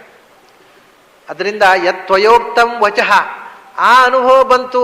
ಆದರೆ ಮೋಹೋಯಂ ವಿಗತೋ ಮಮ, ಹೋಯ್ತು. ಅದರಿಂದ ಆ ಮನಸ್ಸಿನಲ್ಲಿ ಇರತಕ್ಕಂಥ ಅಜ್ಞಾನ, ವಿಪರೀತ ಜ್ಞಾನ, ಅನ್ಯಥಾ ಜ್ಞಾನ, ಸಂಶಯಗಳು, ಗೊಂದಲಗಳು ಎಲ್ಲ ಹೋದವು. ಆದ್ದರಿಂದ ಒಂದು ದೃಷ್ಟಿಯಿಂದ ಮೋಹೋಯಂ, ಈ ಹೊರಗಿನ ಇರುವ ಮೋಹ ಅಟ್ಯಾಚ್ಮೆಂಟು ಹೋಯ್ತು ನನಗೆ. ಈ ಪ್ರಪಂಚದ ಮೇಲೆ, ಈ ಸಂಸಾರದ ಬಗ್ಗೆ ಇದ್ದಂಥ ಅಟ್ಯಾಚ್ಮೆಂಟು ಹೋಯಿತು. ಅದು ಎಷ್ಟಿರಬೇಕು ಅಷ್ಟೇ, ಅತಿರೇಕವಾದ ಓವರ್ ಅಟ್ಯಾಚ್ಮೆಂಟ್ ಹೊರಟು ಹೋಯಿತು ನಿನ್ನ ಮಾತು ಕೇಳಿದ ಮೇಲೆ. ಆದರೆ ನಾನು ಬರೀ ಅಧ್ಯಾತ್ಮ ಅಂದರೆ ಏನು? ಭವಾಪ್ಯಯೌಚ ಭೂತಾನಾಂ ಶ್ರುತೌ ವಿಸ್ತರಶೋ ಮಯ. ನಾನು ಈ ಜಗತ್ತಿನ ಎಲ್ಲ ಜೀವಜಾತಗಳ ಭವ ಮತ್ತು ಅಪ್ಯಯ, ಭವ ಮತ್ತು ಅಪ್ಯಯ ಅನ್ನೋದಕ್ಕೆ ಬಹಳ ರೋಚಕವಾದಂಥ ಒಂದು ಫಿಲಸಾಫಿಕಲ್ ಮೀನಿಂಗ್ ಉಂಟು. ಬಹಳ ಜನ ಅದನ್ನು ಗಮನಿಸಿಲ್ಲ. ಭವ ಮತ್ತು ಅಪ್ಯಯ ಅಂದರೆ ಸೃಷ್ಟಿ ಮತ್ತು ಸಂಹಾರ, ಹುಟ್ಟು ಸಾವು ಅಂತ ಎಲ್ಲರೂ ಅರ್ಥ ಹೇಳ್ತಾರೆ. ಆ ಅರ್ಥ ಹೌದು, ಆದರೆ ಒಂದು ಇನ್ನರ್ ಮೀನಿಂಗ್ ಇದೆ. ವೇದ ಕಾಲದ ಋಷಿಗಳು ಈ ಶಬ್ದವನ್ನು ಒಂದು ಹೊಸ ಅರ್ಥದಲ್ಲಿ ಬಳಸ್ತಾ ಇದ್ದರು. ಅದನ್ನು ಮರೆತು ಬಿಟ್ಟಿದ್ದಾರೆ ಇವತ್ತಿನ ಸಂಸ್ಕೃತ ಪಂಡಿತರು. ನನಗೆ ಇದೇ ನೋವಾಗೋದು. ಆದರೆ ನಾನು ಹೀಗೆ ಹೇಳ್ತೇನೆ ಅಂತ ಅನೇಕ ಜನ ಸಂಸ್ಕೃತ ಪಂಡಿತರಿಗೂ ನೋವಾಗತ್ತೆ. ಏನು ಮಾಡೋದು? ನನಗೆ ಸಂಸ್ಕೃತ ಪಂಡಿತ ನೋಡುವ ನೋವಾಗೋದು. ಇವು ಸರಿ ತಿಳ್ಕೊಳ್ಳದೆ ಸಂಸ್ಕೃತಕ್ಕೆ ಅನ್ಯಾಯ ಮಾಡ್ತಾ ಇದ್ದಾವಲ್ಲ ಅಂತ. ನಾನು ಹೀಗೆ ಹೇಳ್ತೇನಲ್ಲ ಅಂತ ಸಂಸ್ಕೃತ ಪಂಡಿತರಿಗೂ ನೋವಾಗುತ್ತೆ. ಈ ಅವರು ನಮ್ಮನ್ನೆಲ್ಲ ಟೀಕೆ ಮಾಡೋದು ಅಂದ್ರೆ ಏನು? ಅವರು ಸಂಸ್ಕೃತ ಓದಿ ಅವರಿಗೂ ನನಗೂ ನೋವಾಗುತ್ತೆ, ಅವರ ವರ್ತನೆ ನೋಡಿ ನನಗೂ ನೋವಾಗುತ್ತೆ. ಯಾರ ನೋವು ಸರಿಯೋ ಯಾರ ನೋವು ತಪ್ಪೋ ಗೊತ್ತಿಲ್ಲ. ನಾನು ಇದನ್ನು ದ್ವೇಷದಿಂದ ಹೇಳ್ತಾ ಇಲ್ಲ, ಅಸಹನೆಯಿಂದ ಹೇಳ್ತಾ ಇಲ್ಲ, ನಾನು ನೋವಿನಿಂದ ಹೇಳ್ತಾ ಇರೋದು. ಸಂಸ್ಕೃತ ಪಂಡಿತರನ್ನು ನಾನು ಟೀಕಿಸಿದರೆ ಅದರ ಹಿಂದೆ ಇರುವುದು ಅಗಾಧವಾದ ನೋವು ಹೊರತು ನನಗೆ ಅವರ ಮೇಲೆ ದ್ವೇಷ ಇಲ್ಲ ಅಥವಾ ಅಸಹನೆ ಇಲ್ಲ, ಹೊಟ್ಟೆ ಕಿಚ್ಚು ಇಲ್ಲ. ಯಾಕೆಂದರೆ ನನಗೇನು ಹೊಟ್ಟೆ ಕಿಚ್ಚು? ನನ್ನ ಹತ್ರ ಕಂಪ್ಲೇಂಟ್ ಮಾಡಲಿಕ್ಕೆ ಯಾರೂ ಬರೋಲ್ಲ. ಅದು ನನಗೆ ಯಾರಿಗೋಸ್ಕರ ನಾನು ಹೆದರಬೇಕಾಗಿಲ್ಲ, ಭಯಪಡಬೇಕಾಗಿಲ್ಲ, ಹೊಟ್ಟೆಗಿಚ್ಚು ಅಲ್ಲ. ಆದರೆ ನೋವಾಗತ್ತೆ ಒಮ್ಮೊಮ್ಮೆ. ಎಂಥ ಒಂದು ಸಂಸ್ಕೃತ ಭಾಷೆಯ ಈ ಸೊಗಸನ್ನು ಕಳ್ಕೊಂಡು ನಾವು ಇಂಥ ಸಂಪತ್ತನ್ನು ಕಳ್ಕೊಂಡು ಆ ಕಳ್ಕೊಂಡಂಥ ಪ್ರಜ್ಞೆ ಕಳ್ಕೊಂಡಿದ್ದೇವೆ ಅಂತ. ಯಾಕೆಂದರೆ ನಾವು ಕಳ್ಕೊಂಡದ್ದು ದುಡ್ಡು ಅಂತ ಗೊತ್ತಾದರೆ ಅದು ಹೋದ ಕೂಡ ತಲೆ ಬಿಸಿ ಆಗುತ್ತೆ. ಅದನ್ನು ಗೊತ್ತಾಗಬೇಕಾದ್ರೆ ನಾವು ಕಳ್ಕೊಂಡದ್ದು ಒಂದು ಮೌಲ್ಯ ಇದ್ದ ವಸ್ತು ಅಂತ. ಎಂಥ ಅಮೂಲ್ಯವಾದ ಸೊತ್ತನ್ನು ಕಳ್ಕೊಂಡೇವು ಅನ್ನೋ ಎಚ್ಚರ ಇಲ್ಲದೆ ಬದುಕ್ತೇವಲ್ಲ ಅನ್ನೋ ನೋವಾಗುವುದು. ಭವ ಮತ್ತು ಅಪ್ಯಯ ಅಥವಾ ಪ್ರಭವಾಪ್ಯಯವು ಹಿ ಭೂತಾನಾಂ ಅಂತ ಉಪನಿಷತ್ನಲ್ಲಿ ಬರುತ್ತೆ. ಅದಕ್ಕೆ ಪ್ರಭವ ಮತ್ತು ಅಪ್ಯಯ ಅಂತಂದರೆ ಸುಖಸ್ಯ ಪ್ರಭವ ದುಃಖಸ್ಯ ಅಪ್ಯಯ ಅಂತ ಪ್ರಾಚೀನ ಋಷಿಗಳ ಅರ್ಥ. ಸುಖ ಮತ್ತು ದುಃಖ ಅಂತ, ದುಃಖ ನಿವೃತ್ತಿ ಅಪ್ಯಯ ಅಂದರೆ. ಭವ ಅಂದರೆ ಸುಖ ಪ್ರಾಪ್ತಿ. ಸದ್ಭಾವ ಆಚಾರ್ಯರು ಅದಕ್ಕೆ ಕೋಶ ಕೂಡ ಕೊಟ್ಟಿದ್ದಾರೆ. ಸದ್ಭಾವವಾಚಕ ಶಬ್ದ ಸರ್ವೇತೆ ಸುಖವಾಚಕ ಅಂತ. ಭವ ಅಂದರೆ ಸುಖ, ಅಪ್ಯಯ ಅಂದರೆ ದುಃಖದ ಅಪ್ಯಯ. ಸುಖ ಪ್ರಾಪ್ತಿ, ದುಃಖ ನಿವೃತ್ತಿ. ಭವಾಪ್ಯಯೌ ಹಿ ಭೂತಾನಾಂ. ಯಾವ ರೀತಿಯ ನಡೆಯಿಂದ ಸುಖವನ್ನು ಪಡೆಯಬಹುದು, ಯಾವ ರೀತಿಯ ನಡೆಯಿಂದ ನಮ್ಮ ಬದುಕಿನ ದುಃಖದಿಂದ ಪಾರಾಗಬಹುದು ಅನ್ನುವ ಮೂಲ ಸೂತ್ರವನ್ನು ನೀನು ಹೇಳಿದಿ, ನಾನು ಕೇಳಿದೆ ಅಂತಾರೆ. ಭವಾಪ್ಯಯೋ ಅದಕ್ಕೆ ಪೂರಕವಾಗಿ ಈ ಜಗತ್ತಿನ ಸೃಷ್ಟಿ ಸಂಹಾರ ಅದು ಹೇಳಿದ್ದಾನೆ ಕೃಷ್ಣ. ಅಹಮಾದಿರಿ ಭೂತಾನಾಂ ಮತ್ತ ಸರ್ವಂ ಪ್ರವರ್ತಿ ಇಂಥದ್ದೆಲ್ಲ ಬಂದಿದೆ. ಸೃಷ್ಟಿ ಸ್ರಷ್ಟ ನಾನೇ, ಸಂಹರ್ತ ನಾನೇ, ಅದೆಲ್ಲ ಹೇಳಿದ್ದಾನೆ. ಆದರೆ ಅಷ್ಟೇ ಅಲ್ಲ, ಜಗತ್ತಿನ ಸುಖದ ಮೂಲ, ದುಃಖ ನಿವೃತ್ತಿಯ ಮೂಲ. ಯಾಕೆಂದರೆ ಇದು ಇಡೀ ಫಿಲಾಸಫಿಯ ಉದ್ದೇಶ. ಇದು ಭವಾಪ್ಯಯ ಫಿಲಾಸಫಿಯ ಉದ್ದೇಶ ಏನು ಅಂದರೆ, ಹಿಂದಿನ ಗ್ರಂಥದಲ್ಲೆಲ್ಲ ಶುರು ಮಾಡುವಾಗಲೇ ಸುಖಮೇವ ಮೇ ಸ್ಯಾತ್ ದುಃಖಂ ಮನಾಗಪಿ ಮಾ ಬೋಧಿತಿ ನಿಖಿಲಾಪೇಕ್ಷಿತ ಮೋಕ್ಷಸ್ಯ. ಎಲ್ಲರೂ ಅದೇ, ಯಾಕೆಂದರೆ ಬೇರೆ ವಾಕ್ಯ ಬರೀಲಿಕ್ಕೆ ಕೆಲವರಿಗೆ ಬರ್ತಿರ್ಲಿಲ್ಲ, ಅದೇ ವಾಕ್ಯದಿಂದ ಶುರು ಮಾಡೋದು ಎಲ್ಲರೂ. ಸುಖಮೇವ ಮೇ ಸ್ಯಾತ್ ದುಃಖಂ ಅನಾಗಪಿ ಮಾ ಭೂದಿತಿ ನಿಖಿಲಾಪೇಕ್ಷಿತ ಮೋಕ್ಷಸ್ಯ. ವೇದಾಂತ ಇರುವುದು ಯಾಕೆಂದರೆ ನನಗೆ ಸುಖ ಬೇಕು ಅಂತ ಪ್ರತಿಯೊಬ್ಬನಿಗೂ ಅಪೇಕ್ಷೆ, ದುಃಖ ಬೇಡ. ಸುಖ ಬೇಕು ಅಂತ ಮಾತ್ರ ಅಲ್ಲ, ಸುಖ ಎಲ್ಲೋ ಆಗೊಮ್ಮೆ ಈಗೊಮ್ಮೆ ಇರುತ್ತೆ ಸ್ವಾಮಿ. ಆದರೆ ಒಂದು ಸುಖ ಪಡ್ಬೇಕಾದ್ರೆ 10 ದುಃಖ ಪಡಬೇಕಾಗತ್ತೆ, ಅದು ಬೇಡ. ಅದರಿಂದ ಭವಾಪ್ಯಯ ಇದು ಪ್ರತಿಯೊಬ್ಬನ ಜೀವನದ ಗುರಿ, ಜ್ಞಾನಿಯ ಮಾತ್ರ ಅಲ್ಲ. ಸಮಸ್ತ ಭೂತಾನಾಂ ಜೀವ ಮಾತ್ರದ ಬಯಕೆ ಭವ ಮತ್ತು ಅಪ್ಯಯ. ಭವ ಅಂದರೆ ಆನಂದ ಪ್ರಾಪ್ತಿ, ಅಪ್ಯಯ ಅಂದರೆ ದುಃಖ ನಿವೃತ್ತಿ. ನಾನು ಸುಖವಾಗಿರಬೇಕು, ನನ್ನ ಜೀವನದಲ್ಲಿ ಕಷ್ಟ ಇರಬಾರ್ದು, ಇದು ಎಲ್ಲರೂ ಬಯಸುವುದಿಷ್ಟೇ. ಅವನು ಜ್ಞಾನಿ ಆದರೂ ಅಷ್ಟೇ, ಅಜ್ಞಾನಿ ಆದರೂ ಎಲ್ಲರ ಬಯಕೆ ಇಷ್ಟೇ. ಅವನು ಏನಾದರೂ ಮಾಡಿದರೆ, ಏನನ್ನಾದರೂ ಬಯಸಿದರೆ ಅದರ ಹಿಂದೆ ಇರುವ ಉದ್ದೇಶ ಅದು ಯಾವುದೋ ಒಂದು ಹೊರಗಿನಿಂದ ಅವನ ಪ್ರವೃತ್ತಿ ಬೇರೆ ಬೇರೆ ಇರಬಹುದು. ಅದರ ಉದ್ದೇಶ ಸುಖ ಪ್ರಾಪ್ತಿ, ದುಃಖ ನಿವೃತ್ತಿ. ಪ್ರತಿಯೊಂದು ಕ್ರಿಯೆ ಹಿಂದೆ ಇರುವಂಥ ಉದ್ದೇಶ ಎರಡೇ.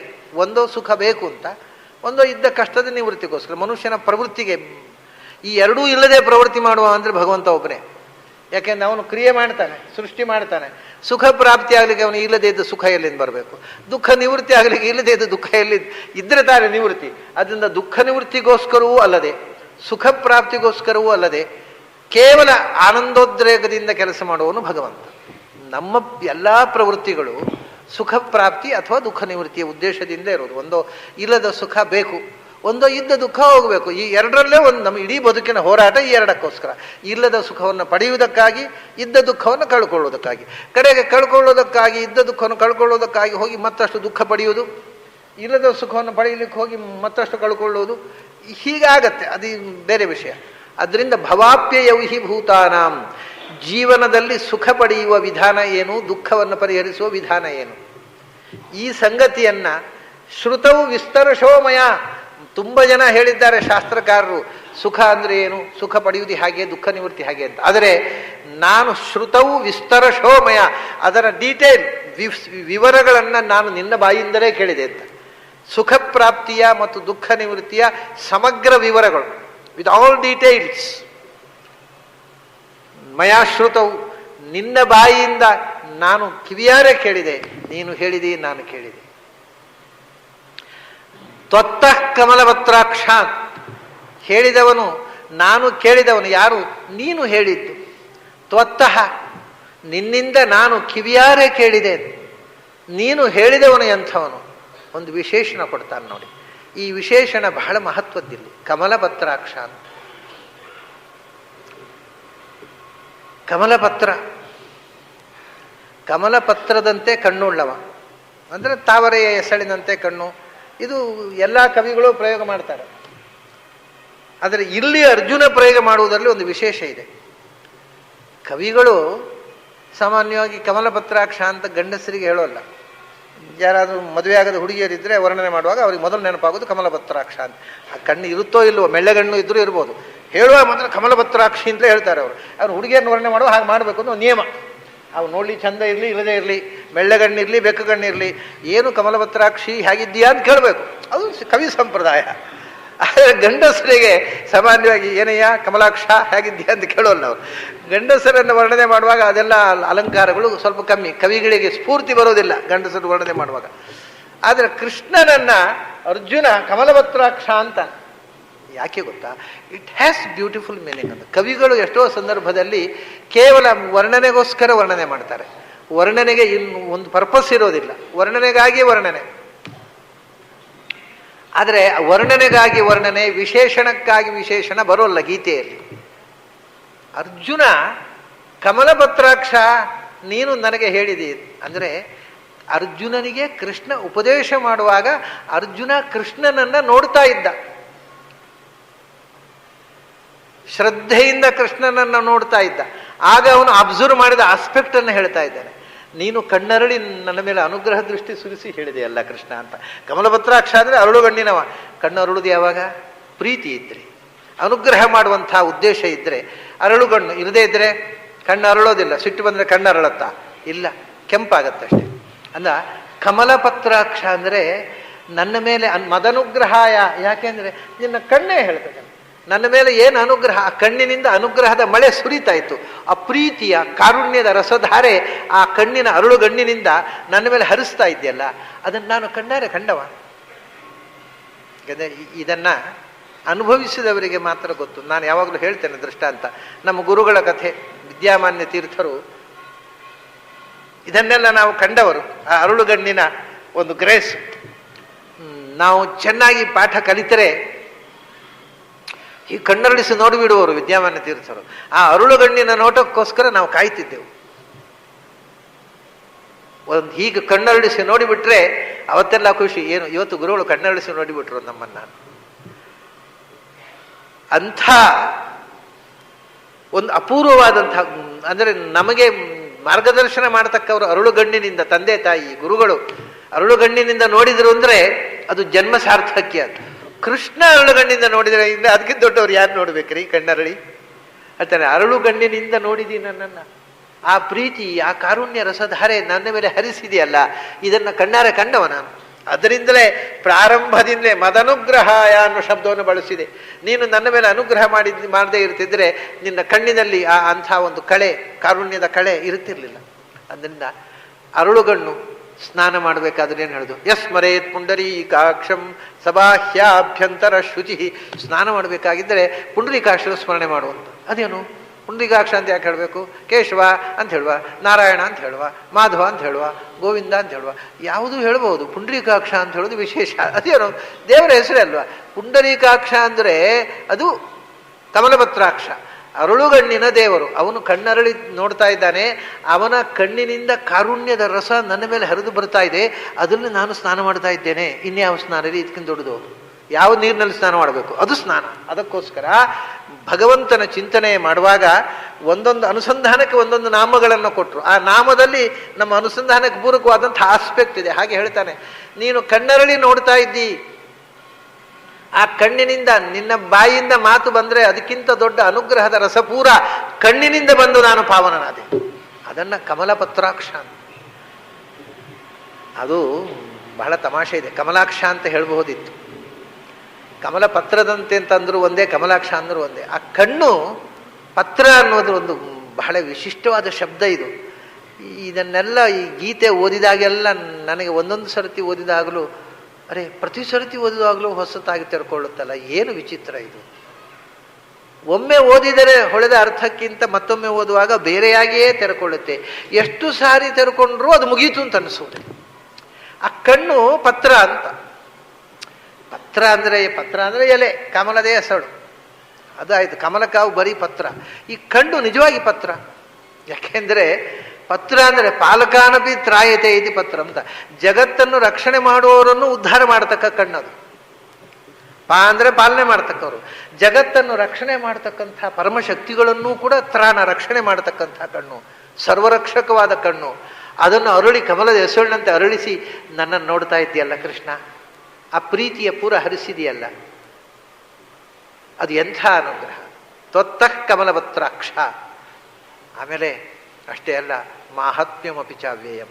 ನೀನು ಬರೇ ಸುಖದ ಪ್ರಾಪ್ತಿ ಹಾಗೆ, ದುಃಖದ ನಿವೃತ್ತಿ ಹಾಗೆ, ಲೋಕದ ಸ್ಥಿತಿಗತಿ ಏನು, ಜೀವ ಅಂದರೆ ಏನು, ಮನಸ್ಸು ಅಂದರೆ ಏನು, ಸೈಕಾಲಜಿ ಅಷ್ಟೇ ಅಲ್ಲ. ಅದಕ್ಕೆ ಎಲ್ಲಕ್ಕೂ ಮೂಲಭೂತವಾಗಿರತಕ್ಕಂಥ ಮಾಹಾತ್ಮ್ಯಂ ಅಪಿ ಚಾವ್ಯಯಂ. ನಿನ್ನ ಮಹಿಮೆಯನ್ನು ಹೇಳಿದ್ದೀನಿ ನನಗೆ.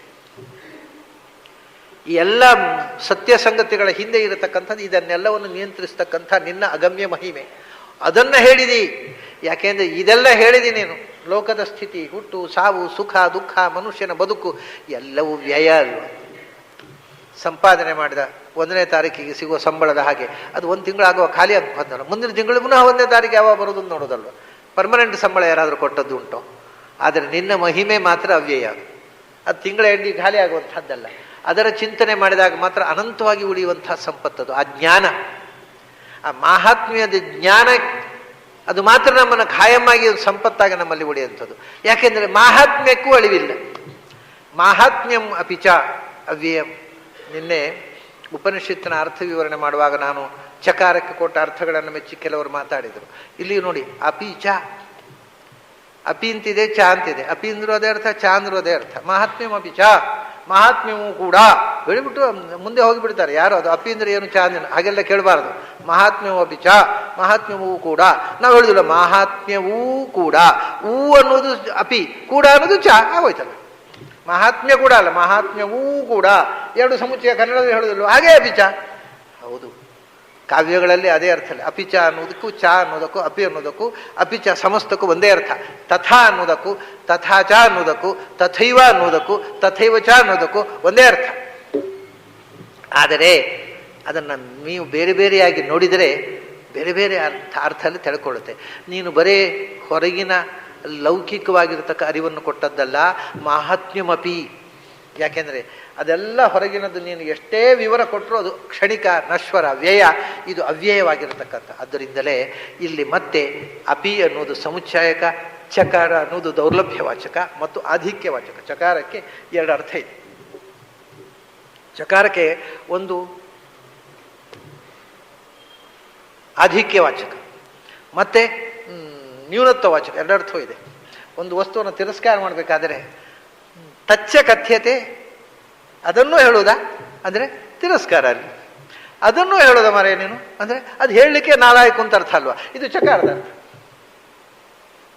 ಆಮೇಲೆ ಭಗವನ್ ಮಹಾತ್ಮ್ಯಂಚ ಕಥ್ಯತಾಂ, ಅಲ್ಲಿ ಅಧಿಕ್ಯವಾಚಕ. ಭಗವಂತನ ಮಹಿಮೆಯನ್ನು ಹೇಳ್ರಪ್ಪ, ಅಲ್ಲಿ ಅದನ್ನು ಸಸಾರ ಅಲ್ಲ, ಮಹಾತ್ಮ್ಯವಾಚಕ. ಸೊ ಚಕಾರಕ್ಕೆ ಕೆಲವೊಮ್ಮೆ ಅಧಿಕ್ಯವಾಚಕ, ಕೆಲವೊಮ್ಮೆ ನ್ಯೂನತ್ವವಾಚಕ, ಕೆಲವೊಮ್ಮೆ ದೌರ್ಲಭ್ಯವಾಚಕ. ಇಲ್ಲಿ ದೌರ್ಲಭ್ಯ ಮತ್ತು ಆಧಿಕ್ಯ. ಮಾಹಾತ್ಮ್ಯಮಪಿಚ, ಅತ್ಯದ್ಭುತವಾದ, ಅತ್ಯಪೂರ್ವವಾದ, ಅತಿ ದುರ್ಲಭವಾದ ಭಗವಂತನ ಮಹಿಮೆಯನ್ನು ಹೇಳಿದೆ.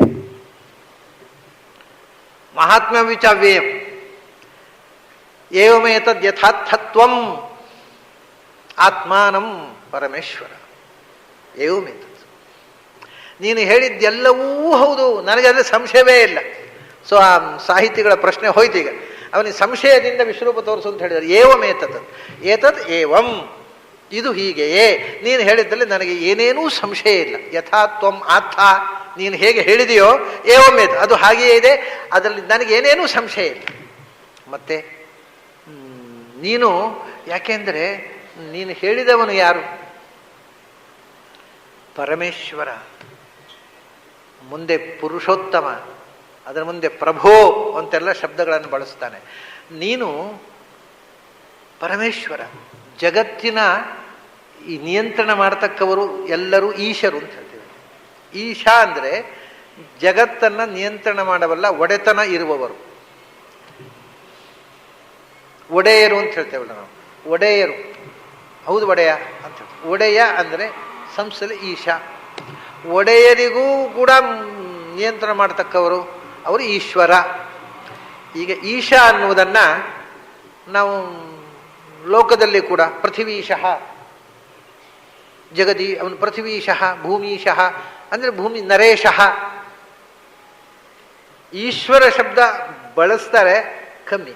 ನರೇಶಃ ಅಂದರೆ ಜನರ ಒಡೆಯ, ರಾಜ ಅಂತ ಅರ್ಥ, ಕಿಂಗ್ ಅಂತ ಅರ್ಥ. ಪೃಥಿವೀಶಃ ಭೂಮಿಯ ಒಡೆಯ, ಭೂಮಿಯ ರಾಜ. ಪೃಥಿವೀಶ್ವರ ನರೇಶ್ವರ ಅಂತ ಪ್ರಯೋಗ ಮಾಡೋದು ಅಷ್ಟು ಪ್ರಶಸ್ತ ಅಲ್ಲ. ಅಂಥ ರಾಜರುಗಳಿಗೂ ನಿಯಾಮಕರಾಗಿರ್ತಕ್ಕಂಥ ದೇವತಾ ಶಕ್ತಿಗಳಿಗೆ ಈಶ್ವರ ಶಕ್ತಿ ಅಂತ ಹೇಳೋದು. ಮನುಷ್ಯರು ಈಶರಾದರೆ ದೇವತೆಗಳು ಈಶ್ವರರು, ಈಶರಿಗಿಂತ ವರರು, ಶ್ರೇಷ್ಠರಾದವರು. ಈಶರನ್ನು ನೇಮಿಸುವವರು ಈಶ್ವರರು. ಆ ಈಶ್ವರರಿಗೂ ಹಿರಿಯನಾದವ ಪರಮ, ಅವನು ಪರಮೇಶ್ವರ. ಈಶ್ವರರು ಯಾರು? ಅವರು ಬ್ರಹ್ಮಾದಿ ದೇವತೆಗಳು. ಈಶರು ಅಂದರೆ ನಮಗಿಂತ ದೊಡ್ಡವರೆಲ್ಲ ನಮಗೆ ಈಶರು. ಆದರೆ ಈಶ್ವರರು ಅಂದರೆ ಬ್ರಹ್ಮಾದಿ ದೇವತೆಗಳು, ಅವರಿಗೂ ನಿಯಾಮಕನಾಗಿದ್ದವ ಪರಮೇಶ್ವರ. ಅದನ್ನ ಪರಮೇಶ್ವರ ಅಂತಂದರೆ ಜಗತ್ತಿನಲ್ಲಿ ಅದಕ್ಕಿಂತ ದೊಡ್ಡ ಒಂದು ಶಕ್ತಿಯೇ ಇಲ್ಲ. ಯಾವುದು? ಆಮ್ನಿಪೊಟೆಂಟ್ ಅಂತ ನಾವು ಹೇಳ್ತೇವಲ್ಲ, ಆತ ಸರ್ವಸಮರ್ಥ. ಮತ್ತೆ ನೀನು ಹೇಳಿದ ಮೇಲೆ ಅದರ ಮೇಲೆ ಸಂಶಯ ಬಿಡುವ ಪ್ರಶ್ನೆಯೇ ಇಲ್ಲ. ಯಾಕಂದ್ರೆ ನಿನಕ್ಕಿಂತ ಹೆಚ್ಚು ಸಾಮರ್ಥ್ಯವುಳ್ಳವ ಒಬ್ಬ ಹೇಳುವ ಸಿಗಲಿಕ್ಕಿಲ್ಲ. ಎಲ್ಲ ವಿಷಯದಲ್ಲೂ ಕೂಡ ಸಾರ್ವಜ್ಞ ಸಾಮರ್ಥ್ಯ, ಎಲ್ಲವೂ ಅತಿಶಯವಾದ ಅನಂತವಾದ ಜ್ಞಾನ ಸ್ವರೂಪ ನೀನು. ಅದರಿಂದ ಏವಮೇತದ್ ಯಥಾರ್ಥತ್ವಂ, ನನಗೆ ಅದರಲ್ಲಿ ಸಂಶಯ ಇಲ್ಲ. ಆದರೆ ನನಗೆ ಸಂಶಯ ಇಲ್ಲ, ಸಂಶಯದಿಂದ ಕೇಳುವುದಲ್ಲ. ಆದರೆ ಸಂಶಯ ಪರಿಹಾರ ಆಯಿತು, ಆಸೆ ಪರಿಹಾರ ಆಗಲಿಲ್ಲ. ಆಸೆ ಏನು? ದ್ರಷ್ಟುಮಿಚ್ಛಾಮಿ ತೇ ರೂಪಮೈಶ್ವರಂ ಪುರುಷೋತ್ತಮ. ನನಗೆ ನಿನ್ನನ್ನು ಕೇಳಿದ ಮೇಲೆ ಆ ಕೇಳಿರ್ತಕ್ಕ ಅದ್ಭುತವನ್ನು ಕಾಣಬೇಕು ಅನ್ನೋ ಆಸೆ. ದಯವಿಟ್ಟು ನಾನು ಯೋಗ್ಯನಾಗಿದ್ದರೆ ನಿನ್ನನ್ನು ಕಾಣುವ ಶಕ್ತಿ ನನಗೆ ಇರುವುದು ಹೌದಾದರೆ, ಶಕ್ತಿ ಇರುವುದು ಹೌದಾದರೆ ಅಂತೂ ಹೇಳಬಾರ್ದು. ಯಾಕೆಂದರೆ ಶಕ್ತಿ ಇಲ್ಲದೇ ಇದ್ದವನಿಗೂ ತೋರಿಸುವ ಶಕ್ತಿ ನಿನಗಿದೆ.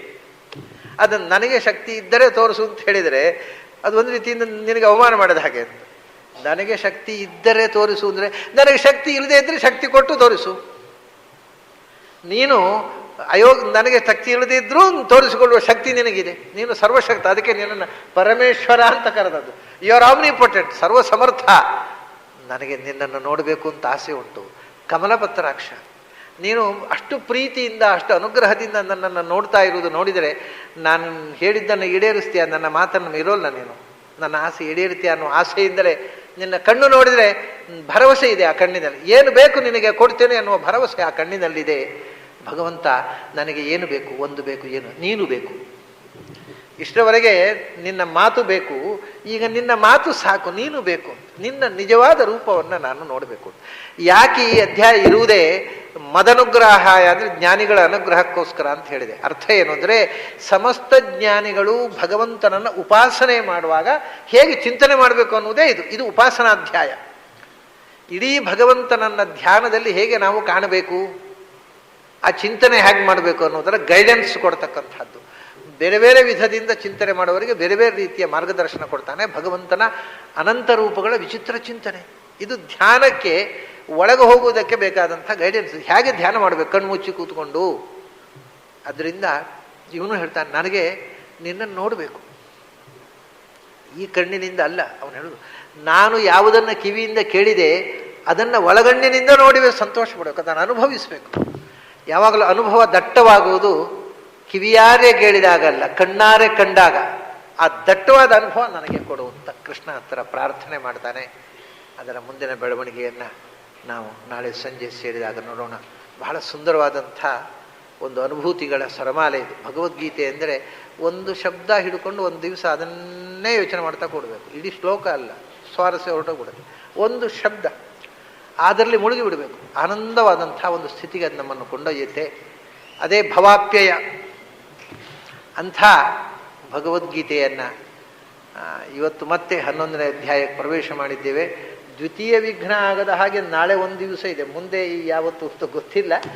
ನಾಡಿದ್ದು ಸ್ವಲ್ಪ ಪ್ರಾಯ ಹೇಳಲಿಕ್ಕೆ ಸಾಧ್ಯ ಆಗಬಹುದು. ಸತ್ಯವತಿ ಹೃದಯ ನಂದನೋ ವ್ಯಾಸ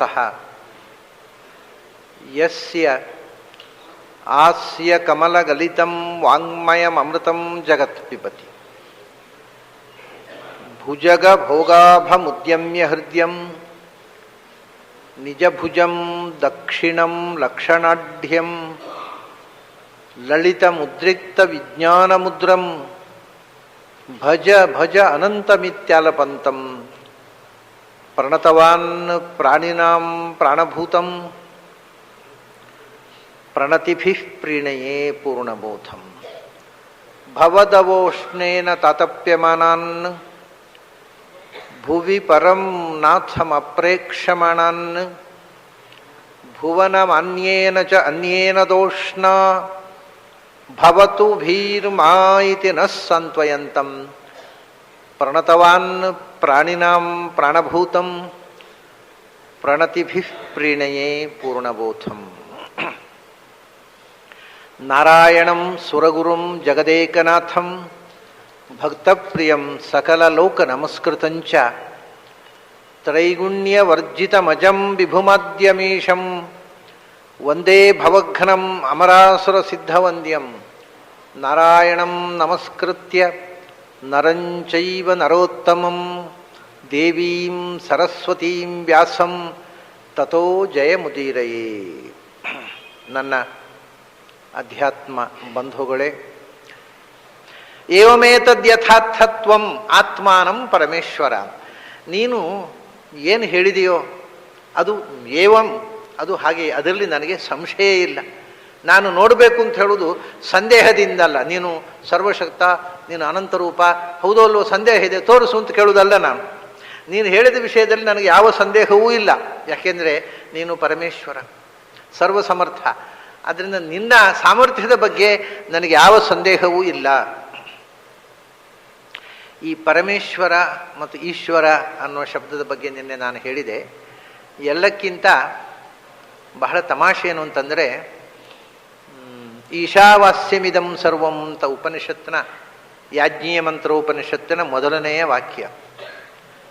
ಅದಕ್ಕೆ ಈಶಾ ಅಂತಂದರೆ ಎಲ್ಲರೂ, ಆ ಭಾಷ್ಯಕಾರರು ಈ ಭಾಷ್ಯಕಾರರು ಅಂತಲ್ಲ, ಈಶಾ ಅಂದರೆ ದೇವರು ಅಂತ ಅರ್ಥ ಬರ್ತದ್ದು. ಯಾರೂ ಕೂಡ ಅದರಲ್ಲಿ ಅಪವಾದ ಇಲ್ಲ. ಆದರೆ ಇತ್ತೀಚಿನ ಒಬ್ಬ ವಿದ್ವಾಂಸ ವಿದ್ವಾಂಸ ಅಂತ ಆ ಪುಸ್ತಕದಲ್ಲಿ ಅವನು ಹೇಳಿಕೊಂಡಿದ್ದಾರೆ, ಅದರ ಪ್ರಕಾಶಕರು. ಅದರಿಂದ ವಿದ್ವಾಂಸ ಇರಬೇಕು, ನನಗೆ ಗೊತ್ತಿಲ್ಲ. ಅವನು ಬರೆದದ್ದು ನೋಡುವ ವಿದ್ವಾಂಸನ ಕಾಣೋದಿಲ್ಲ. ಆದರೆ ಅದರ ಪ್ರಕಾಶಕರು ಅವನು ವಿದ್ವಾಂಸ, ಭಾರಿ ವಿದ್ವಾಂಸ. ಎಷ್ಟು ದೊಡ್ಡ ವಿದ್ವಾಂಸ ಅಂದರೆ ವೇದಕಾಲದ ಮಂತ್ರದ್ರಷ್ಟಾರರಾದ ಋಷಿಗಳಿಗೆ ಸಮಾನನಾದ ವ್ಯಕ್ತಿ ಅಂತ ಬರೆದಿದ್ದಾರೆ. ಅವನು ಒಂದು ಬರೀತಾನೆ, ಈಶಾವಾಸ್ಯಂ ಅನ್ನುವ ಮಂತ್ರಕ್ಕೆ ಅವನು ಒಂದು ಕಮೆಂಟ್ ಮಾಡ್ತಾನೆ. ಇದಕ್ಕೆ ಮಾಧ್ವರು ಈಶಾವಾಸ್ಯಂ ಅಂತಂದರೆ ಇಡೀ ಜಗತ್ತು ವಿಷ್ಣು ಅಧೀನ ಅಂತ ಅರ್ಥ ಬರೀತಾರೆ. ಅದು ತಪ್ಪು. ಯಾಕೆಂದರೆ ಈಶಾ ಅನ್ನುವ ಶಬ್ದ ಕೇಳಿದ ತಕ್ಷಣ ಅರ್ಥ ಆಗುವುದು ಶಿವ ಅಂತ ಹೊರತು ವಿಷ್ಣು ಅಂತಲ್ಲ. ಆದ್ದರಿಂದ ಇದು ವೇದಕಾಲದ ಋಷಿಗಳ ಸಮಾನವಾದ ಯೋಗ್ಯತೆ ಇರತಕ್ಕ ಒಬ್ಬ ವ್ಯಕ್ತಿ ಮಾಡಿದ ಖಂಡನೆ. ಎಷ್ಟು ಬಾಲಿಶ ನೋಡಿ. ಈಶಾ ಅಂತಂದರೆ ಶಿವ ಅಂತ ಅರ್ಥ. ಡಿಕ್ಷನರಿ ಓದಿದ, ಅಮರಕೋಶ ಓದಿದವರಿಗೆ ಶಂಭುರಿ ಈಶ ಪಶುಪತಿ ಕೂಡ ಗೊತ್ತಿದೆ. ಆದ್ದರಿಂದ ವಿಷ್ಣು ಅಂತ ಅರ್ಥ ಓದಿದ ತಕ್ಷಣ ಆಗುವುದೇ ಇಲ್ಲ, ಶಿವ ಅಂತಲೇ ಅರ್ಥ ಆಗೋದು ಅಂತ. ಅದಕ್ಕೆ ತಮಾಷೆ ಏನು ಅಂದರೆ, ಆ ಮನುಷ್ಯನ ಹತ್ರ ಅವನಿಗೆ ತನ್ನ ಮತಾಚಾರ್ಯರು ಹೇಳಿದ ಮಾತು ಗೊತ್ತಿಲ್ಲ. ಅವನು ವೇದಕಾಲದ ಋಷಿಗಳಿಗೆ ಸಮಾನ ಸ್ಕಂಧ ಅಂದರೆ ಹೇಗೆ ಹೇಳಬೇಕು ನೋಡಿ. ಇದೇ ಇಲ್ಲಿ ಪರಮೇಶ್ವರ, ಅದೇ ಇನ್ನೊಂದು ಕಡೆ ಈಶ್ವರ ಸರ್ವಭೂತಾನಾಂ ಹೃದ್ದೇಶೇ ಅರ್ಜುನ ತಿಷ್ಠತಿ. ಇದೆಲ್ಲ ಕೃಷ್ಣ ಈಶ್ವರ ಶಬ್ದವನ್ನು ಪ್ರಯೋಗ ಮಾಡಿದ್ದಾನೆ. ಈ ಈ ಮನುಷ್ಯ, ಇದನ್ನು ಸುಬ್ರಹ್ಮಣ್ಯ ಶಾಸ್ತ್ರಿ ಅಂತ ಆತನ ಹೆಸರು, ವೇದಕಾಲದ ಋಷಿಗಳಿಗೆ ಸಮಾನನಾದ ಶಾಸ್ತ್ರಿ. ಅವನ ಪ್ರಕಾರ ಈಶ್ವರ ಸರ್ವಭೂತಾನಾಂ ಹೃದ್ದೇಶೇ ಅರ್ಜುನ ತಿಷ್ಠತಿ ಅಂದರೆ ಏನರ್ಥ ಆಗಬೇಕು? ಕೇಳಿದ ತಕ್ಷಣ ಅರ್ಥ ಈಶ್ವರ ಅಂದರೆ ಈಶ್ವರ ಅಂದರೆ ಶಿವ, ಶಿವ ಅಂತ ಅರ್ಥ ಆಗಬೇಕು. ಅದಕ್ಕೆ ಈ ವಿಷ್ಣು ಅಂತ ಅರ್ಥ ಹೊಡೆಯೋದು ತಪ್ಪು. ಇಲ್ಲಿ ಹೇಗೆ ಬರೋದು ತಪ್ಪು? ಅವನ ಲಾಜಿಕ್ಕಿನ ಪ್ರಕಾರ ಅಲ್ಲಿ ಶಿವ ಅಂತ ಅರ್ಥ ಮಾಡಬೇಕಲ್ಲ ಗೀತೆಗೆ. ಹಾಗಾಗಲಿ ಶಂಕರಾಚಾರ್ಯ ಏನು ಅರ್ಥ ಬರ್ತಾರೆ ಗೊತ್ತಲ್ಲ, ಈಶ್ವರ ಈಶನ ಶಿಲ ನಾರಾಯಣ ಅಂತ ಬರೆದಿದ್ದಾರೆ. ಹಾಗಾದರೆ ಅವರು ಯಾರನ್ನು ಖಂಡನೆ ಮಾಡೋದು? ಶಂಕರಾಚಾರ್ಯರನ್ನೇ ಖಂಡನೆ ಮಾಡೋದಾಗಾಯ್ತು. ಅಂಥ ಪ್ರಚಂಡ ವೇದ ದ್ರಷ್ಟಾರಾಮ. ತನ್ನ ಗುರುಗಳು ಏನು ಹೇಳಿದ್ದಾರೆ ಅಂತ ಗೊತ್ತಿಲ್ಲ, ಗುರುಗಳ ವಚನಕ್ಕೆ ವಿರುದ್ಧವಾಗಿ ಇನ್ನೊಬ್ಬರನ್ನು ಖಂಡನೆ ಮಾಡ್ತಾನೆ. ಪೆದ್ದ, ಮಹಾ ಪೆದ್ದ.